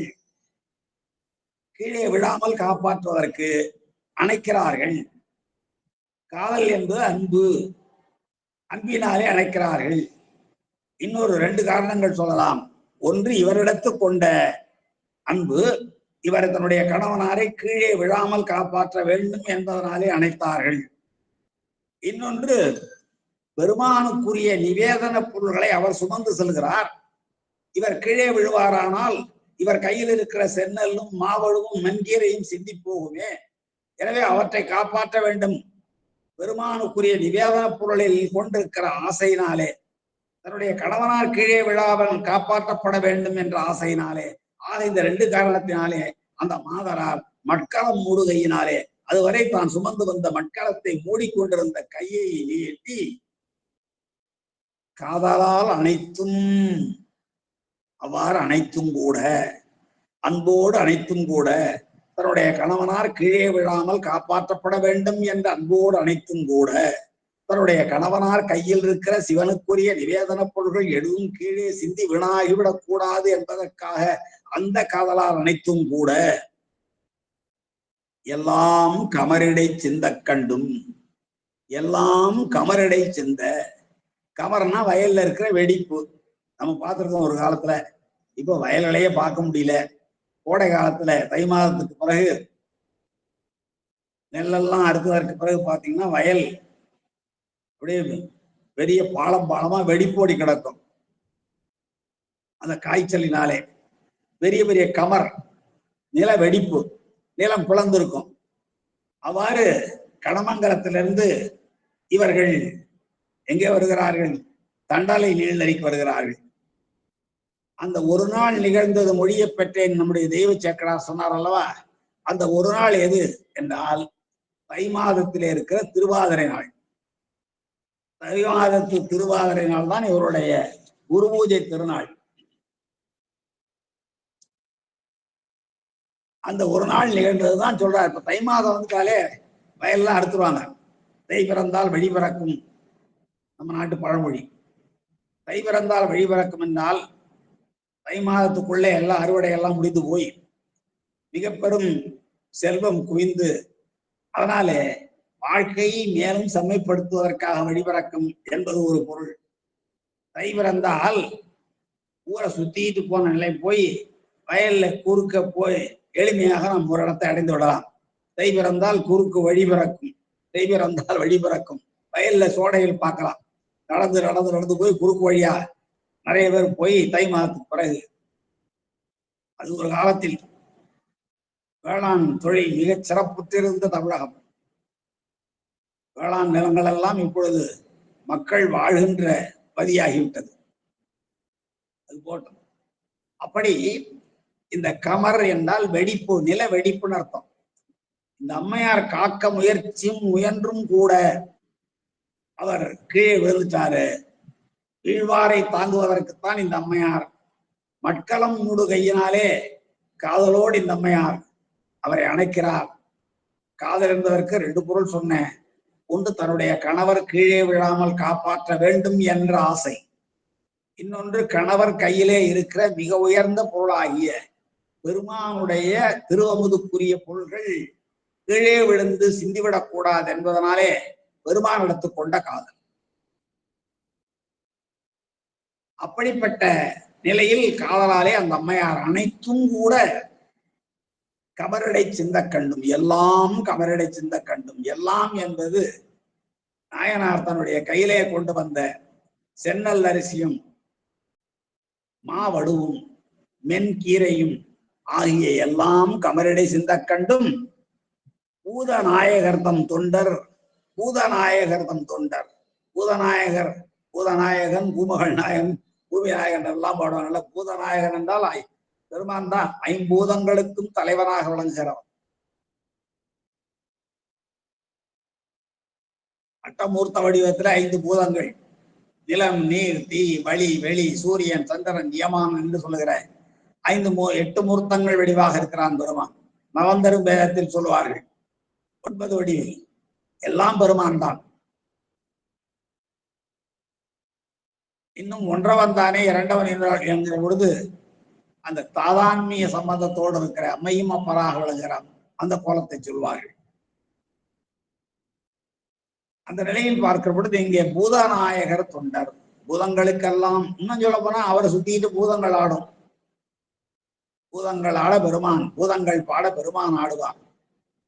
அந்த பூதங்கள் என்றாலும் கொள்ளலாம். இங்கே பூதநாயகன் என்பது அந்த 50 பூதங்களில் 50 பூதங்களுக்கும் தலைவராக விளங்குகிற நம்முடைய பெருமான் அவருடைய தொண்டர். பூதநாயகர்தம் தொண்டர் அங்கு இனி போவது ஏன், போவதங்கினி ஏன் என்று அது அப்படியே கொஞ்சம் உரைநடைய மாத்தினா அங்கு இனி போவது என், இனிமேல அங்க போய் என்னையா பயன்? பெருமானுக்கு நிவேதனத்திற்காக அமுது படைப்பதற்காக கொண்டு சென்ற செந்நெல்லும் செங்கீரையும் மாவடுமும் கமரிலே சிந்திவிட்டது. நிலப்பிளவிலே போய்விட்டது, நில வெடிப்பிலே போய்விட்டது. இனிமேலுக்கு அங்கு போய் நாம் என்ன செய்ய இருக்கிறோம்? அதனாலே அங்கே போவதனால் என்ன பயன் என்று நாயனார் இங்கே வருத்தப்படுகிறார். இன்னும் 5 பூதங்கள் ஒன்றாகிய நிலத்திலிருந்துதான் இப்பொழுது பெருமானுடைய கை வர இருக்கிறது. பூதநாயகன் பூதநாயகன் என்றால் பூதங்களுக்கெல்லாம் தலைவன், ஐம்பெரும் பூதங்களுக்கும் தலைவன், ஐம்பெரும் பூதமாக விளங்குபவன். அந்த நிலம் என்ற ஒன்றில் இருந்துதான் பெருமானுடைய கை வர இருக்கிறது. அதனாலே அந்த இடத்திலே பூதநாயகன் என்பது நிலத்தில் இருந்து வெளிப்பட்டு தனக்கு அருள் செய்ய இருக்கிற தலைவன் என்றும் கூட கொள்ளலாம். பூதநாயகர் தம் தொண்டர், அவருடைய அந்த சிவபெருமானுடைய தொண்டராகிய இந்த தாயனார் போவதங்கு இனி ஏன், இனி ஏன் அங்கு போவது, அங்கு ஏன் இனி போவது, அங்கு போவது இனி ஏன் என்று பேசிக்கொண்டே இருக்கிறார், சொல்லிக்கொண்டே இருக்கிறார். ஏன்னா எல்லாம் தான் கமரடை போய்விட்டது. அப்படி ஒரு நிலை வந்த உடனே அடுத்து என்ன செய்கிறார் பாருங்க. அருமையான பாட்டு இந்த பாட்டு. நல்ல செங்கீரை தூய மாவடு அரிசி சிந்த அல்லலீர்த்து அளவல்லார் அமுது செய்து அருளும் பேரு அல்லலீர்த்து ஆளவல்லார் அமுது செய்து அருளும் அப்பேரு எல்லையில் தீமையேன் இங்கு எய்திடப் பெற்றிலேன் என்று ஒல்லையின் அறிவாள் பூட்டி ஊட்டியை அறியலுற்றார். சரியா போச்சு. எப்பொழுது தன்னாலே செய்யப்பட்ட தொண்டு செய்ய முடியவில்லையோ அப்பொழுது தன்னுடைய உயிரை மாய்த்துக் கொள்வதுதான் சிறந்தது என்று கருதியவர்கள் நம்முடைய நாயன்மார்கள். நிறைய பேரை பார்த்தாச்சு. கலியநாயனார் திருவொற்றியூர்ல நாள்தோறும் அல்லும் பகலும் உள்ளும் புறம்பும் திருவிளக்கேற்றியவர். உள்ளும் புறம்பும் அல்லும் பகலும் திருவிளக்கேற்றியவர் கலியநாயனார். அவருக்கும் இப்படித்தான் செல்வங்கள் எல்லாம் பெருமான் மாற்றினார். அவரும் தன்னுடைய பொருளை எல்லாம் விற்றார், மனைவியை கூட விற்க முயன்றார். கடைசியில ஒரு நாள் சரி என்ன பண்ணலாம் முடிவு பண்றாரு. வேற வழியே தெரியல அவருக்கு.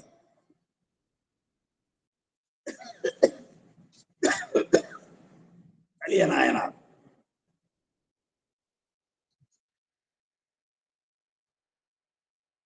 எங்கு பார்த்தால் நிறைய விளக்க அகல் விளக்க பரப்பினார். அவருடைய திரியெல்லாம் போட்டார். உதிரத்தை எண்ணெயாக வார்க்கலாம் என்று கழுத்தை அறிய போறார். அவர் தற்கொலை செய்தால் தற்கொலை அல்ல, அது தன்னுடைய உயிர் எப்பொழுது கடமை செய்ய முடியவில்லையோ அதற்கு பிறகு உயிர் வாழ்ந்து பயனில்லை என்ற உயர்ந்த கோட்பாட்டினாலே அவர் செய்கிறார். அதே போலதான் கடம்புள்ளர் தன்னுடைய தலைமுடியை எரித்துக் கொண்டார். நிறைய நாயன்மார்களுடைய வரலாறை பார்க்கிறோம். தன்னாலே எதுவும் இயலாத கொண்டு உயிரை விடுவது அதுதான் சாலை சிறந்தது என்று கருதினார்கள். அதே போலதான் இங்கே அறிவாள் தாயநாயனாரும் அதான் அறிவாள் தாயநாயனாரும் என்ன செய்கிறார், நல்ல செங்கீரை, செங்கீரைன்னா போதும் அதுக்கு ஒரு அடைமொழி நல்ல செங்கீரை. கீரை ஆகிறவங்களுக்கு தான் கீரையை பற்றிய தன்மைகள் நன்றாக தெரியும்.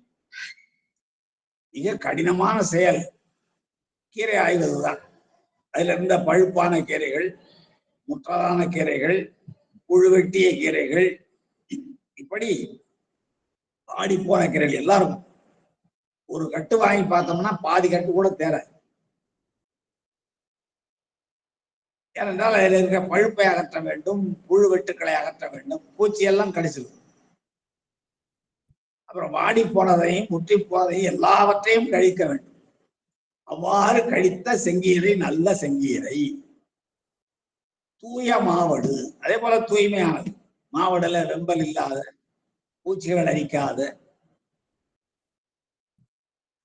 மிகவும் துவப்புடை இல்லாத, ஓரளவுக்கு வடுமாங்காய்ன்னு சொல்றோம்ல, அது போல தூய மாவடு அரிசி. இந்த அரிசிக்கு மட்டும் அடைமொழி கொடுக்க வேண்டியதில்லை. காரணம் என்னன்னா, முன்னாடி பல இடங்கள்ல சென்னல் அரிசின்னு சொல்லி வந்தாலும் கூட பலவற்றை ஒப்பிடுகிற பொழுது அடைமொழி கொடுக்காமல் ஒன்றை சொல்வது மிகச் சிறப்பு. முன்னாடியோட பார்த்திருக்கோம். திருக்கோவையாறுல இருந்து மேற்கோள் பார்த்திருக்கிறோம். அப்போ அடை கொடுக்காமல் பாடுவதே ஒரு சிறப்பு. நம்ம சாமியை கூட அப்படிதான். அங்க உதாரணம் பார்த்தோம், திருநாயனார் என்று சொல்வதில்லை. எந்த கோயிலையும் இப்ப சிவபெருமானுக்கு முன்னாடி திரு சிவபெருமான் சொல்றது இல்லை. இந்த ஸ்ரீ போடுகிற வழக்கமெல்லாம் அந்த வடமொழியாளர்கள் வந்ததற்கு பிறகு ஏற்பட்டதுதான். நம்முடைய தூய தமிழ் பெயரில் இருந்த பெயரெல்லாம் மாற்றினார்கள் அல்லவா? அவ்வாறு மாற்றிய பொழுது ஏற்பட்டதுதான் இந்த ஸ்ரீ போடுறது. நம்முடைய தமிழ் வழக்கில் இந்த ஸ்ரீ தொல்காப்பியர்னா எழுதுறோம், ஸ்ரீ அகத்தியர்னா எழுதுறோம். மிக பெரும் இலக்கணம் தந்த அகத்தியர் அது மறைந்து போயிற்று.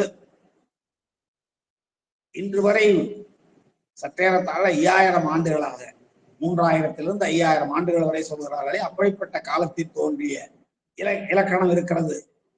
அந்த இலக்கணத்தை தந்த தொல்காப்பியரை ஸ்ரீ தொல்காப்பியர் என்றோ, அதே போல பின்னாலே வந்த கவிஞரோ பாராயணரோ ஔவையாரோ யாருக்கும் இந்த திருமொழி போன்ற அடைகள் எல்லாம் தரதில்லை. அடைமொழி கூட சொல்லுகாமல் பாடுவதே ஒரு சிறப்பு.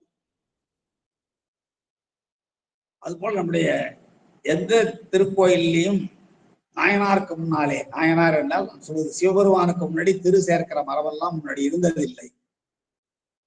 பிறகு வந்துதான் மாற்றினார்கள்.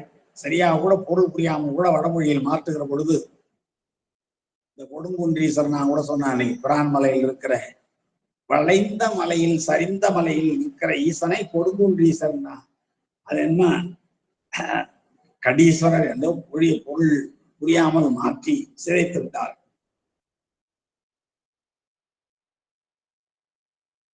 அதுபோல சொல்வார்கள், இந்த பழனநாதரை யாத்ராபுரீஸ்வரர் என்று பிழைபட மொழிபெயர்த்தார்கள் முதல்ல என்று சொல்வார்கள். சரி பண்ணினார்கள் என்று சொல்வார்கள். பழனம் என்றால் வயலும் வயல் சார்ந்த இடம். அந்த பழனத்தை சொல்ல தெரியாதவர்கள் பயணம் பயணம் என்று சொல்லி பழனநாதரை பழனத்தை பயணம் என்று கருதி யாத்திரை என்று கருதி யாத்ராபுரீஸ்வரர் என்று சொன்னதாக முன்பு இருந்ததை மாற்றியதாக சொல்வார்கள். இப்படி சரியாக மொழி புலமையற்றவர்களிடம் பெயரை கேட்டு செய்கின்ற பிழைகள். அது போட்டும் இங்க நல்ல செங்கீரை, தூய மாவடு, அரிசி சிந்த எல்லாம் கமர்ல சிந்துது. கமர்னா வயல் வெடிப்பு, நிலப்பிளப்பு. அதுல சிந்தி போக அல்லல் தீர்த்து ஆளவல்லார் அமுது செய்து அருளும் அப்பேரு எல்லையில் தீமையேன் இங்கு எய்திட பெற்றிலேன். இதாங்க நம்ம வருந்தி வீழ்வார். சில பாட்டுல பார்த்தோம்ல, வருந்தி வீழ்வார். ஏன்னா எதுக்காக வருந்தி வீழ்ந்தார்னா, அல்லல் தீர்த்து ஆள வல்லார் அமுது செய்து அருளும் அப்பேரு எல்லையில் தீமையேன் இங்கு எய்திட பெற்றிலேன். இதுதான் அவருடைய வருத்தத்துக்கு காரணம். அல்லல் தீர்த்து ஆள வல்லார் கணமங்கலத்துல இருந்து இதுல தண்டலை நீழ்நிலையில் இருக்கிற பெருமான். எல்லா பெருமானும் அல்லல் தீர்த்து ஆள வல்லார். அல்லல்லாம் துன்பம், பிறவி துன்பம். பிறவி துன்பத்துக்கு அடிப்படை காரணம் என்னன்னா இந்த மும்மலங்கள். அந்த மும்மனங்களுக்கு காரணம் இருவினைகள். மரங்களாக பிறப்புக்கு அடிப்படை காரணமாகின்றன. அந்த பிறவிக்கு காரணமாக விளங்குகிற மலங்களும் இருவினைகளும், அல்வினை தீவினை ஆகியவைகளெல்லாம் சேர்ந்துதான் நம்முடைய பிறப்புக்கு காரணமாகின்றன. இவற்றையெல்லாம் தீர்த்து ஆள வல்லவர் தான் நம்முடைய பெருமான். அல்லலாக விளங்குகிற பிறவிக்கு காரணமாக விளங்குகிற இருவினைகளை எல்லாம் தீர்த்து அந்த இறைவினை ஒப்பு, மலபரி பாகம், சத்தினி பாதம், அதிலேயும் மந்ததரம், மந்தம், தீவிரதரம், தீவிரம் என்று சொல்லப்படுகிற அந்த 4 வகை சத்தினி பாத உணர்வுகளை எல்லாம் உண்டாக்கி ஆள வல்லார், தன்னுடைய ஆளாக ஏற்றுக்கொள்ள வல்லார் பெருமான் மட்டும்தான், வேற யாராலும் முடியாது. அதனாலதான் தீரா நோய் தீர்த்தருள வல்லான் தன்னை என்றார் குளிருக்கு வேலூர்ல திருத்தாண்டகத்திலே நம்முடைய நாவுக்கரச பெருமான். மந்திரமும் தந்திரமும் மருந்துமாகி தீரா நோய் தீர்த்தருள வல்லான். வல்லான் வேற யாராலும் முடியாதுங்க. அல்லல் தீர்த்து ஆள வல்ல. அல்லல் தீர்த்தல் என்பது நம்முடைய பிறவிக்கு காரணமான அல்லல்களை எல்லாம் நுகர்வித்து கழிப்பிக்கின்ற அவ்வாறுதான் தீர்க்க முடியும். அந்த நுகர்வித்து கழிப்பிக்கிற பொழுது பெருமானுடைய அருள் கிட்டுமானால் அந்த எளிமையாக நுகர்ந்து எளிமையாக கழிப்பித்து விடலாம். அதான் பற்றறுப்பார்கள் பாவம் இருப்பார்கள் என்றெல்லாம் நம்முடைய திருக்கடை காப்பிலே ஞானசம்பந்த பெருமான் எளிமையாக சொல்கிறார் அல்லவா. பெருமானுடைய அருள் முற்றிலுமாக கிடைக்குமானால் இந்த மாதிரியான அல்லல்களிலிருந்து நாம் எளிதில் பிழைத்துக் கொள்ளலாம், தப்பித்துக் கொள்ளலாம் என்பது பொருள். அல்லல் தீர்த்து ஆளவல்லார். அவ்வாறு ஆன்மாக்களினுடைய துன்பங்களை எல்லாம் தீர்த்து, அதான் பாச நீக்கம். ஆளவன்மை என்பதுதான் சிவப்பேர் அளித்தல். பாச நீக்கமும் சிவப்பேரும் தான் அல்லல் தீர்த்து ஆளவல்ல. அவர் அல்லல் தீர்த்து ஆளவல்லாராகிய பெருமான் அமுது செய்து அருளும் அப்பேரு. அமுது செய்து அருளுகின்ற, அதற்கு பின்னாலே நமக்கு அருள் செய்கின்ற அந்த பெரும் வேற்றினை நான் இழந்து விட்டேன். எதனாலே இழந்தேன்? நான் தீவினையேன் என்கிறார். எல்லையில் தீவினையன், அளவில்லாத தீமைகளை செய்தவனாகிய நான் அந்த தீவினையின் காரணமாக பெருமான் அமுது செய்கின்ற பேற்றை நான் இழந்து விட்டேன். பேர் இழந்தது காரணம் என்றால் இவர் செய்திருப்பதாக எல்லையில் தீமைகள் காரணம். இவர் எல்லை இல்லாத தீமைகள் செய்திருக்க மாட்டார் என்றால் பெரியவர்கள் அவ்வாறு சொல்லிக் கொள்வது மரபு. அதுபோல இங்கே அல்லல் தீர்த்து ஆளவல்லார் அமுது செய்து அருளும், அமுது செய்து அருள்கின்ற அப்பேர். இந்த அருள் என்பது, அருள்கின்ற என்பது பெரியவர்களை சொல்லுகிற பொழுது எழுந்தருளினார். வந்தார் என்றோ சென்றார் என்றெல்லாம் சென்றருளினார், எழுந்தருளினார், வாழ்த்தி அருளினார். அதுபோல இங்கே பெருமான் அமுது செய்து அருள்கிறார். அமுது செய்து அருளும் அப்பேரு, அப்படிப்பட்ட ஒரு பெரும் பாக்கியம். அருள் செய்து அருளும் அப்பேரு அல்லல் ஈர்த்த அளவல்லார் அமுது செய்து அருளும் அப்பேரு எல்லையில் தீமையேன் தன்னை சொல்லிக் கொடுக்கிறார். எல்லையில் அளவில்லாத தீமையுடையவனாகிய நான் இங்கு எய்திட பெற்றிலேன். இங்கே நான் அடையப்பெறவில்லை, அடையவில்லை, அடையப்பெறுகின்ற பேற்றை பெறவில்லை என்று வருந்துகிறார். அப்ப அந்த எல்லையில் தீங்கு செய்ததாக அவர் சொல்லுவது காரணமும் பெருமான் அமுது செய்யாமை காரியமும் ஆகும். இவர் எல்லையில் தீமை செய்தவர் இல்லை என்றாலும் அவ்வாறு சொல்லிக் கொள்வது பெரியவர்களுடைய மரபு என்றே இவர் சொல்லுகிறார். எல்லையில் தீமையேன் இங்கு எய்திட பெற்றிலேன், இங்கு அடையப்பெறவில்லை. எதை அடையப்பெறவில்லை? அமுது செய்து அருளும் அப்பேரு. பெருமான் அமுது செய்து அருளுகின்ற அப்பேற்றினை நான் பெற்றிலேன். அது காரணம் நான் எல்லையில் தீமை செய்தேன். எல்லையில் தீமையே இங்கு எய்திட பெற்றேன் என்று சொல்லிக்கொண்டே என்ன செய்தார்? ஒல்லையின் அறிவாள் பூட்டி, அறிவாள் தாயநாயனார் ஒல்லையில் அறிவாள் பூட்டி மிக வேகமாக தன்னுடைய கையில இருக்கிற அறிவாளை எடுத்து, அறிவாள் பூட்டி பூட்டியை அறியலுற்றார். பூட்டின்னா கழுத்து, கழுத்தை அறிய போறார் பாருங்க. உடனடியாக தன்னுடைய செயல் நிறைவேறவில்லை என்றவுடன் உயிரை மாய்த்துக் கொள்ளு. அங்கள் விசும்பின் அகல்நிலா பாரிக்கும் திங்களும் சான்றோரும் ஒப்பர்மன் திங்கள் மறுவாற்றும் சான்றோர் அகுதாற்றார் தெருமந்து தேவர் உருமாசுரின் என்று ஒரு பாடல். ஒரு சின்ன குற்றம் வந்தால் கூட அதற்காக அவர்கள் அளவந்து தெருமந்து தங்கள் உயிரை மாய்த்துக் கொள்வார்களே தவிர, அவர்கள் கல் தூண் போன்றவர்கள். கல் தூண் பலம் தாங்காமல் போகிற பொழுது முறிந்து விழுமே தவிர வளைந்து போகாது. அதே போல இவர்களும் சான்றோர்களும் மாசுதனிடம் வருமானால் அதன் பிறகு உயிர் வாழ மாட்டார்கள். நம்முடைய ஆனம்பரின் உயிர் நீப்பர்.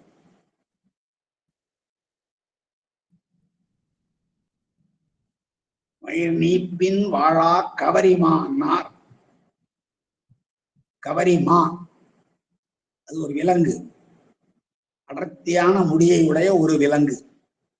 அந்த அடர்த்தியான முடியை உடைய விலங்கு மயிர் கொட்டி போகுமானால் அதனாலே அந்த சீதோஷ நிலையில் அந்த சூழ்நிலையில் உயிர் வாழ முடியாது. அதான் இங்க மயிர் நீப்பின் வாழா கபரி மா அன்னார் உயிர் நீப்பர் மானம் வரின். தங்களுடைய மானம் கெடுமாறு ஒரு நிகழ்வு ஒரு நிலை வருமானால் உயிர் நீப்பர், உயிரை விட்டாலும் விடுவார்கள் தவிர மானத்தை விட மாட்டார். அதனாலதான் ஒழுக்கம் உயிரினும் ஓம்பப்படும் என்றார் வள்ளுவர். போனால் திரும்ப வராத ரெண்டு, ஒன்று ஒழுக்கம் போனால் திரும்ப வராது, உயிர் போனாலும் திரும்ப வராது. ஆனால் ஒழுக்கம் போன பிறகு வரவில்லை என்றால் பேர் கெட்டு போகும். உயிர் போனாலும் பரவாயில்லை, ஒழுக்கம் போனால் மானம் போனால் அவனுக்கு இழுக்கு என்பது நிலைத்து போகும். எனவேதான் ஒழுக்கம் உயிரினும் ஓம்பப்படும். ஒழுக்கம் விழுப்பம் தரலாம், உயிர் விழுப்பம் தராது. உயிர் வாழ வைக்குமே தவிர விழுப்பம் தராது. வாழ்கின்ற மனிதனுக்கு விழுப்பத்தை தருவது ஒழுக்கம்தான். அதனாலேதான் ஒழுக்கம் விழுப்பம் தரலால் ஒழுக்கம் உயிரினும் ஓம்பப்படும். உயிரை விடவும் மேலானதாக ஒழுக்கத்தை காப்பாற்ற வேண்டும் சொல்லார். அப்படி மானம் கடுகிற பொழுது தங்களுடைய உயிரை விட்டா தங்களுடைய மானத்தை காப்பார். பாண்டியன் நெடுஞ்செழியன் பாருங்க, பொன்சை கொல்லன் தன் சொல் கேட்ட யானோகள் தன், யானோ அரசன் யானே கள்வன். தெளிவா சொல், தப்பு செய்தது நான், யானோ அரசன், நான் அரசன் இல்லை, யானே கள்வன். நண்பதை காக்கும் தென்புதல் காவல் என் முதல் பிழைத்தது கெடுக என் ஆயுள். மண்பதை காக்கும் தென்புலம் காவல், தென்னாட்டை ஆளுகிற, தென்னாட்டில் வாழ்கிற சமுதாயத்தை காப்பாற்றுகிற அந்த நிலை என் முதல் கெட்டது, என்னாலே அந்த பழி வந்து சேர்ந்தது. என் ஆயுள் கெடுக, என்னுடைய உயிர் போவதாக என்று சொன்னான். மயங்கி வீழ்ந்தான், இறந்து போனான். அப்ப மானம் கெடுவானால் உயிரை விடுவதுதான் சிறந்தது. அதைத்தான் இங்கேயும் பாருகிறார்.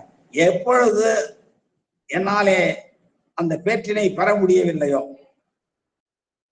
அல்லல் தீர்த்து ஆளவல்லார் அமுது செய்யும் அப்பேறு பெற்றிலேன், அருளும் அப்பேறு பெற்றிலேன். எனக்கு என்ன காரணம்? எல்லையில் தீமை ஏன் பெற்றிலேன், எல்லையில் தீமை ஏன் இங்கு எய்திட பெற்றிலேன். எனவே ஒல்லையில் அறிவாள் பூட்டி, மிக விரைவாக, ஒல்லை என்றால் மிக விரைவாக, உடனே அறிவாள் பூட்டி ஊட்டியை அறியலுற்றார். ஊட்டி என்பது கழுத்து, கழுத்தை அறிய தொடங்கினார். நிறைய பேர் நாம் பார்க்கிறோம் இந்த மாதிரியான நிலையில். அது அடுத்த பாட்டுல பார்க்கலாம். ஆட்கொள்ளும் ஐயர்தாம் இங்கு அமுது செய்தியலர்கள் என்ன. ஆட்கொள்ளும் ஐயர்தாம் இங்கு அமுது செய்தியலர்கள், நம்ம எல்லாம் ஆளாக கொள்ளுகின்ற, அடிமையாக கொள்ளுகின்ற ஐயர் தலைவர், ஐயர்தாம் தலைவராகியவர் தான் இங்கு அமுது செய்திலர். இங்கே அமுது செய்தலர் உள்ளோ, இங்கே அவர் அமுது செய்யவில்லையோ, செய்திலர் போலும் என்ன என்று சொல்லிக்கொண்டு குறையற இரவும் அன்பு காட்டிய நெறியில் ஊட்டிய அறிவாள் பற்றி உள்ளம் தண்டர கழுத்தினோடே ஊட்டியும் அறியா நின்றார் உருபெற பரிவார் ஒத்தார் என்று கொஞ்சம் மாற்றிக்கொள்ள வேண்டும்.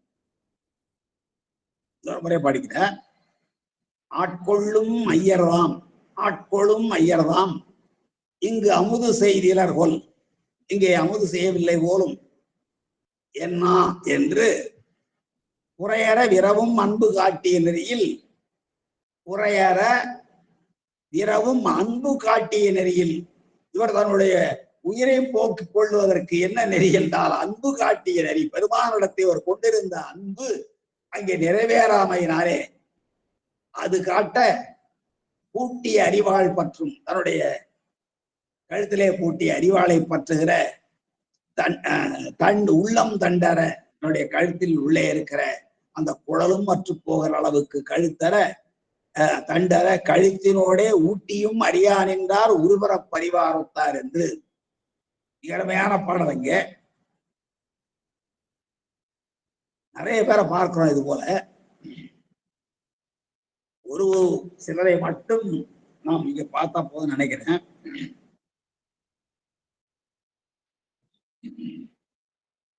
சேரமான் பெருமாள் நாயனார் நாம் நன்றாக அறிந்த களரி தறி. அவர் மிகச்சிறந்த சிவ பூசைகள் செய்பவர், சிவபக்தர், தெரியும் நமக்கெல்லாம். சிவனிடத்த அளவற்ற அன்பு கொண்டவர். அவர் நாள்தோறும் சிவ பூஜை செய்து முடித்தவுடனே பூசையினுடைய நிறைவிலே பெருமான் திருச்சிலம்பு ஓசையை கேட்பிப்பார். திருச்சிலம்பு ஓசையை கேட்பிப்பார். அது இந்த திருச்சிலம்பு ஓசை வழியே சென்று நிறுத்தனை கும்பிடந்து பாடக்கூட நம்முடைய சாஸ்திரங்கள் சொல்லும். அந்த சிலம்பு ஓசையை கேட்பிப்பார் சுவாமி நாள்தோறும். ஒரு நாள் சிவ பூஜை செய்து முடித்த உடனே அந்த சிலம்பு ஓசை கேட்கவில்லை. உடனே அவர் என்ன செய்கிறார்? களரி தறிவார்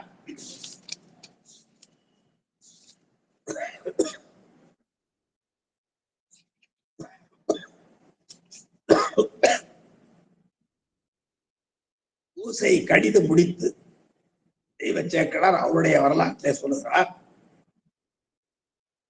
அது முன்னாடி அவர் ஓசை கேட்கிற செய்தியை சொல்லுகிறார்.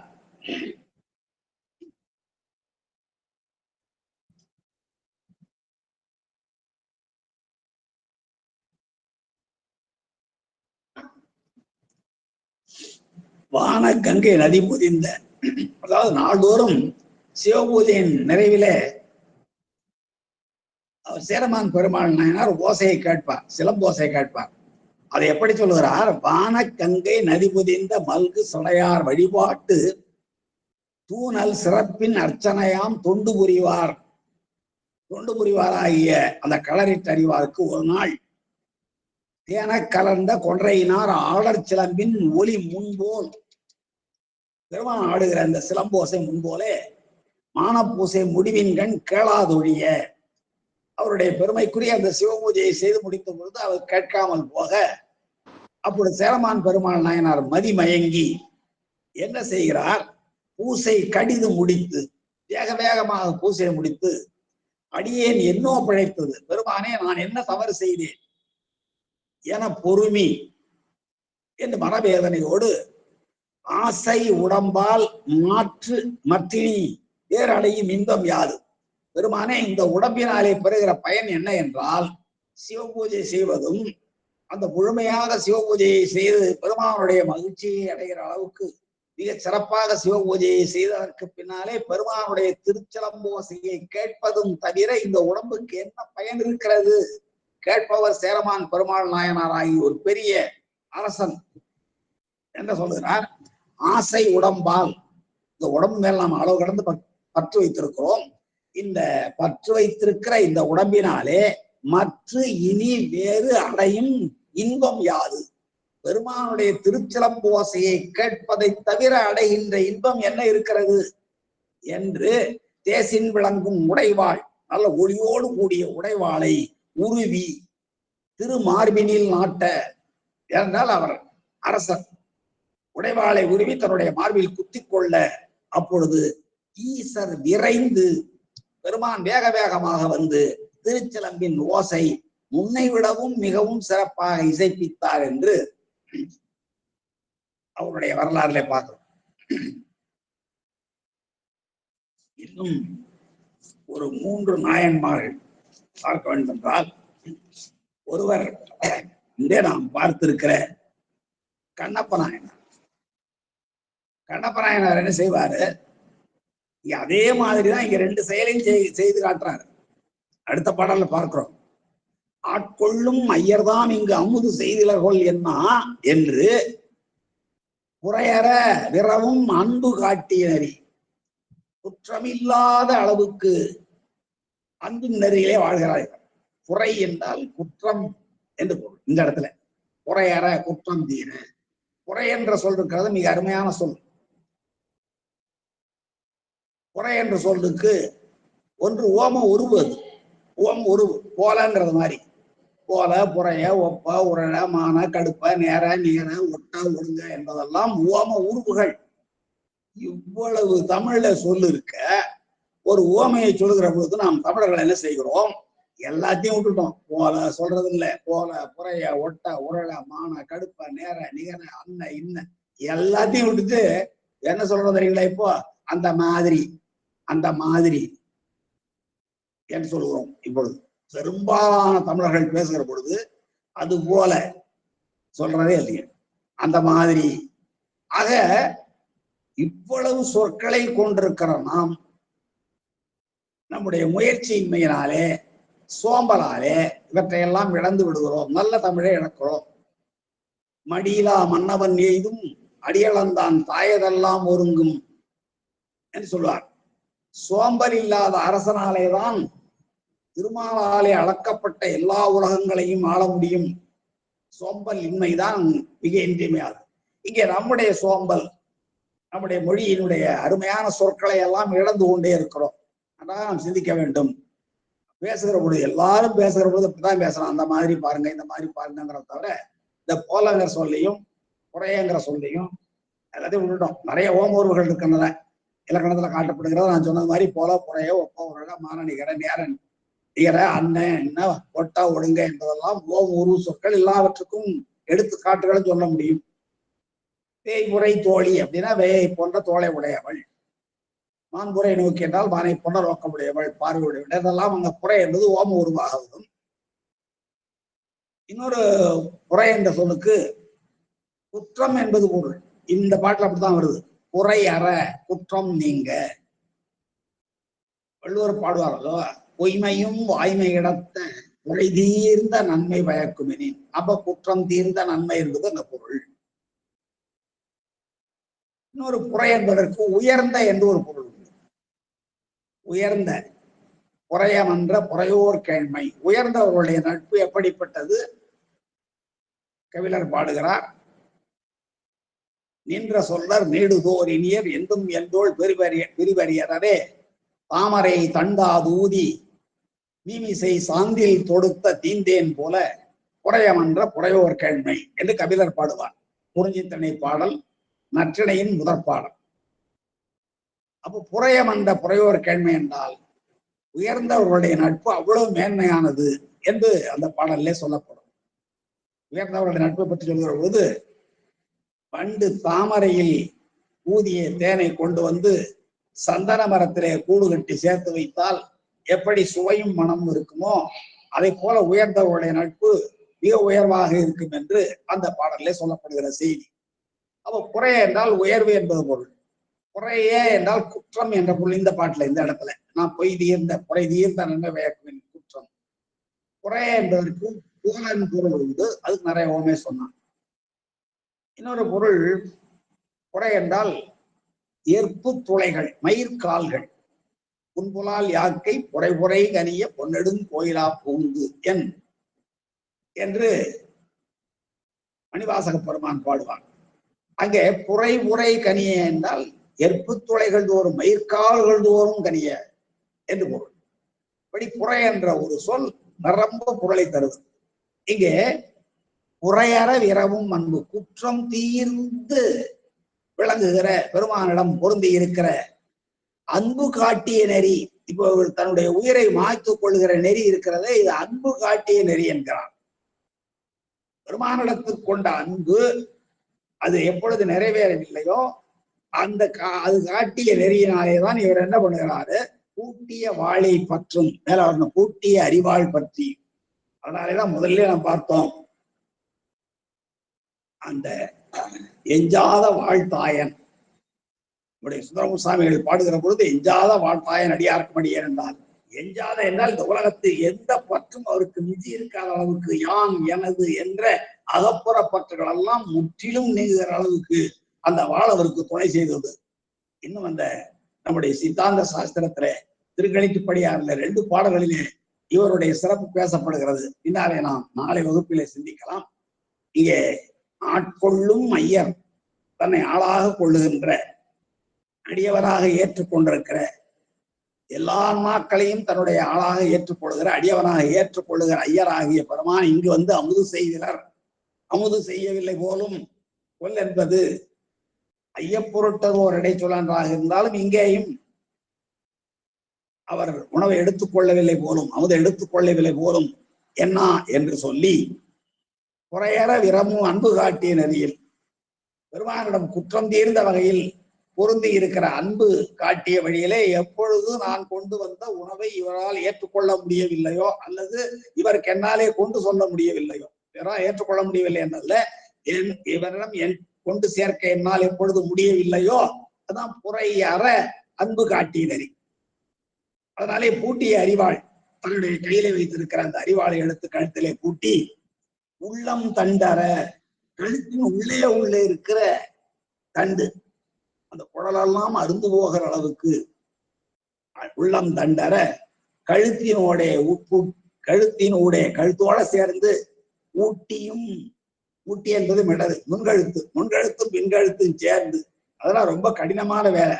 அதனாலதான் இந்த தடங்கையனன் என்று நம்முடைய நம்பியாண்டார் நம்பிகள் பாட்டுல நினைவுக்கு நான் கருதுகிறேன். மறுபடியும் அந்த பாடலை நான் உங்களை நினைவுபடுத்த விரும்புகிறேன்.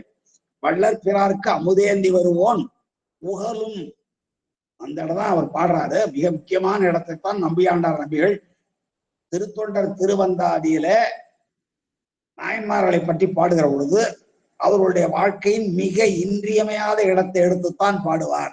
அவ்வாறு இங்கேயும் பாடுகிறார். வள்ளல் பிறாருக்கு அமுதேந்தி வருவோன் புகழும், கமர்ல விழுந்தவுடனே வெள்ளச்சடையாய் கங்கை ஆற்றை சடாமுடியிலே கொண்டிருக்கிற பெருமானே, இங்கே அமுது செய்யாவிடில், நீ இப்பொழுதே இங்கேயே நான் கொண்டு வந்த திருவமுதை அமுது செய்யாவிடில் என் தலையை தள்ளத்தகும், என்னுடைய தலையை நான் வெட்டி தள்ளுவேன் என்று வாழ் பூட்டிய தடங்கையினன், வாளை பூட்டிய கழுத்திலே பூட்டிய தடங்கையினன், வலிமையான பெரிய கையுடையவன். ஏனென்றால் கழுத்தை முன்கழுத்திலிருந்து பின்கழுத்து வரை சேர்த்து ஒருவன் தானாகவே அறிந்து கொள்வது என்பது கடினமான செயல். அந்த செயலை தான் செய்கிறார் என்பதனால்தான் வாழ்வூட்டிய தடங்கையனன் என்று அந்த திருத்தொண்டர் திரு அந்தாதி சொன்னது. அதைத்தான் இங்கே நாம் பார்க்கிறோம். பூட்டிய அறிவாள் பற்றி உள்ளம் தண்டு அற, உள்ளே இருக்கிற கழுத்தின் உள்ளே இருக்கிற இந்த அழகிய தண்டுகளெல்லாம் அற்று போகிற அளவுக்கு எத்தனை இருக்கிறது, மூச்சு குழல் இருக்கிறது, உணவு குழல் இருக்கிறது, எல்லாம் சேர்ந்து அறுந்து போகிற அளவுக்கு கழுத்தினோட ஊட்டியும் அறியான் என்றார். முன்கழுத்தை மிடரையும் சேர்த்து அறியான் என்றார். அறியான் என்றார் என்றால் அறிகிறார் என்பது பொருள். ஆன்று என்பது நிகழ்கால நிலை. அரி ஆண் என்று ஆர் என்று பிரிக்க வேண்டும். அரி ஆண் என்று ஆர் என்று பிரிக்க வேண்டும். ஆர் என்பது வடக்கை பரவார் வினைமுற்று இருந்தால் இங்கே மரியாதை சொல். அறியான் என்றார். அரி என்பது அறிதல், அது பகுதி. ஆண் என்பது நிகழ்கால இடைநிலை. அறியான் என்றார் அறிய தொடங்கினார். ஊட்டியும் அறியான் என்றார். அது எப்படி இருக்கிறது என்றால் ஒரு பிறப்பு அறிவாரத்தார். அந்த கழுத்தை அறுக்கலைங்க, கழுத்தை அறுப்பது போலவே தன்னுடைய பிறப்பையே அறுப்பது போல பிறவிலே அவர் பாசவேர் அறுக்கும் பழம்போல் தன்னை என்று நம்முடைய மணிவாசன் பெருமான் பாடலாம். பாசவேர் அறுக்கும் பழம்பொருள் தன்னை பற்றுமாறு அடியனேர் கருளி, அவ்வாறு பற்றுவதற்கு எனக்கு அருள் செய்தான் பெருமான். பாசவேர் அறுக்கும் பழம்பொருள் தன்னை என்று மணிவாசக பெருமான் பாடுவது போல இங்கே ஊட்டியும் அறியான் என்றார். ஒரு பிறப்பு அறிவாரத்தார். அவருக்கு உடம்ப அறிஞ்சுகள் ஐயா, கழுத்த வெட்டல ஐயா, அவருடைய பிறப்பையே வெட்டுவது தகுந்தார் என்று சொன்னார். அங்கே பாசப்பழி முதல் பறிப்பார் போல பறித்தவை கடிக்க நல்ல குழி நிரம்பாத அந்த புன்சை பயிர்களை கீரை பாசப்பழி முதல் பறிப்பார் போல அப்படியே வேரோடு பிடுங்கி அந்த காட்சி எப்படி இருந்துதான். பாசப்பழி முதல் பறிப்பார் போல பறித்தவை கரிக்கனல் என்று இளையான்குடி நாராயணாரனை சொல்ல போல இவர் உருகுற பரிவாரத்தார் என்று சொன்னார். இதுல இந்த 17வது பாடலுடைய இன்றைய வகுப்பை நாம் நிறைவு செய்து கொள்வோம். எஞ்சி இருக்கிற பாடல்களையும் இன்னும் சில நாயன்மார்கள் இவரை ஒத்து செயல்பட்டார்கள் அவர்களை பற்றிய செய்திகளையும் நாளை வகுப்பில் சிந்திக்கலாம் என்று சொல்லி இதுவரை கேட்டிருந்த சைவ தமிழ் சார்பர்களுக்கு வாய்ப்பளித்த பெருமக்களுக்கு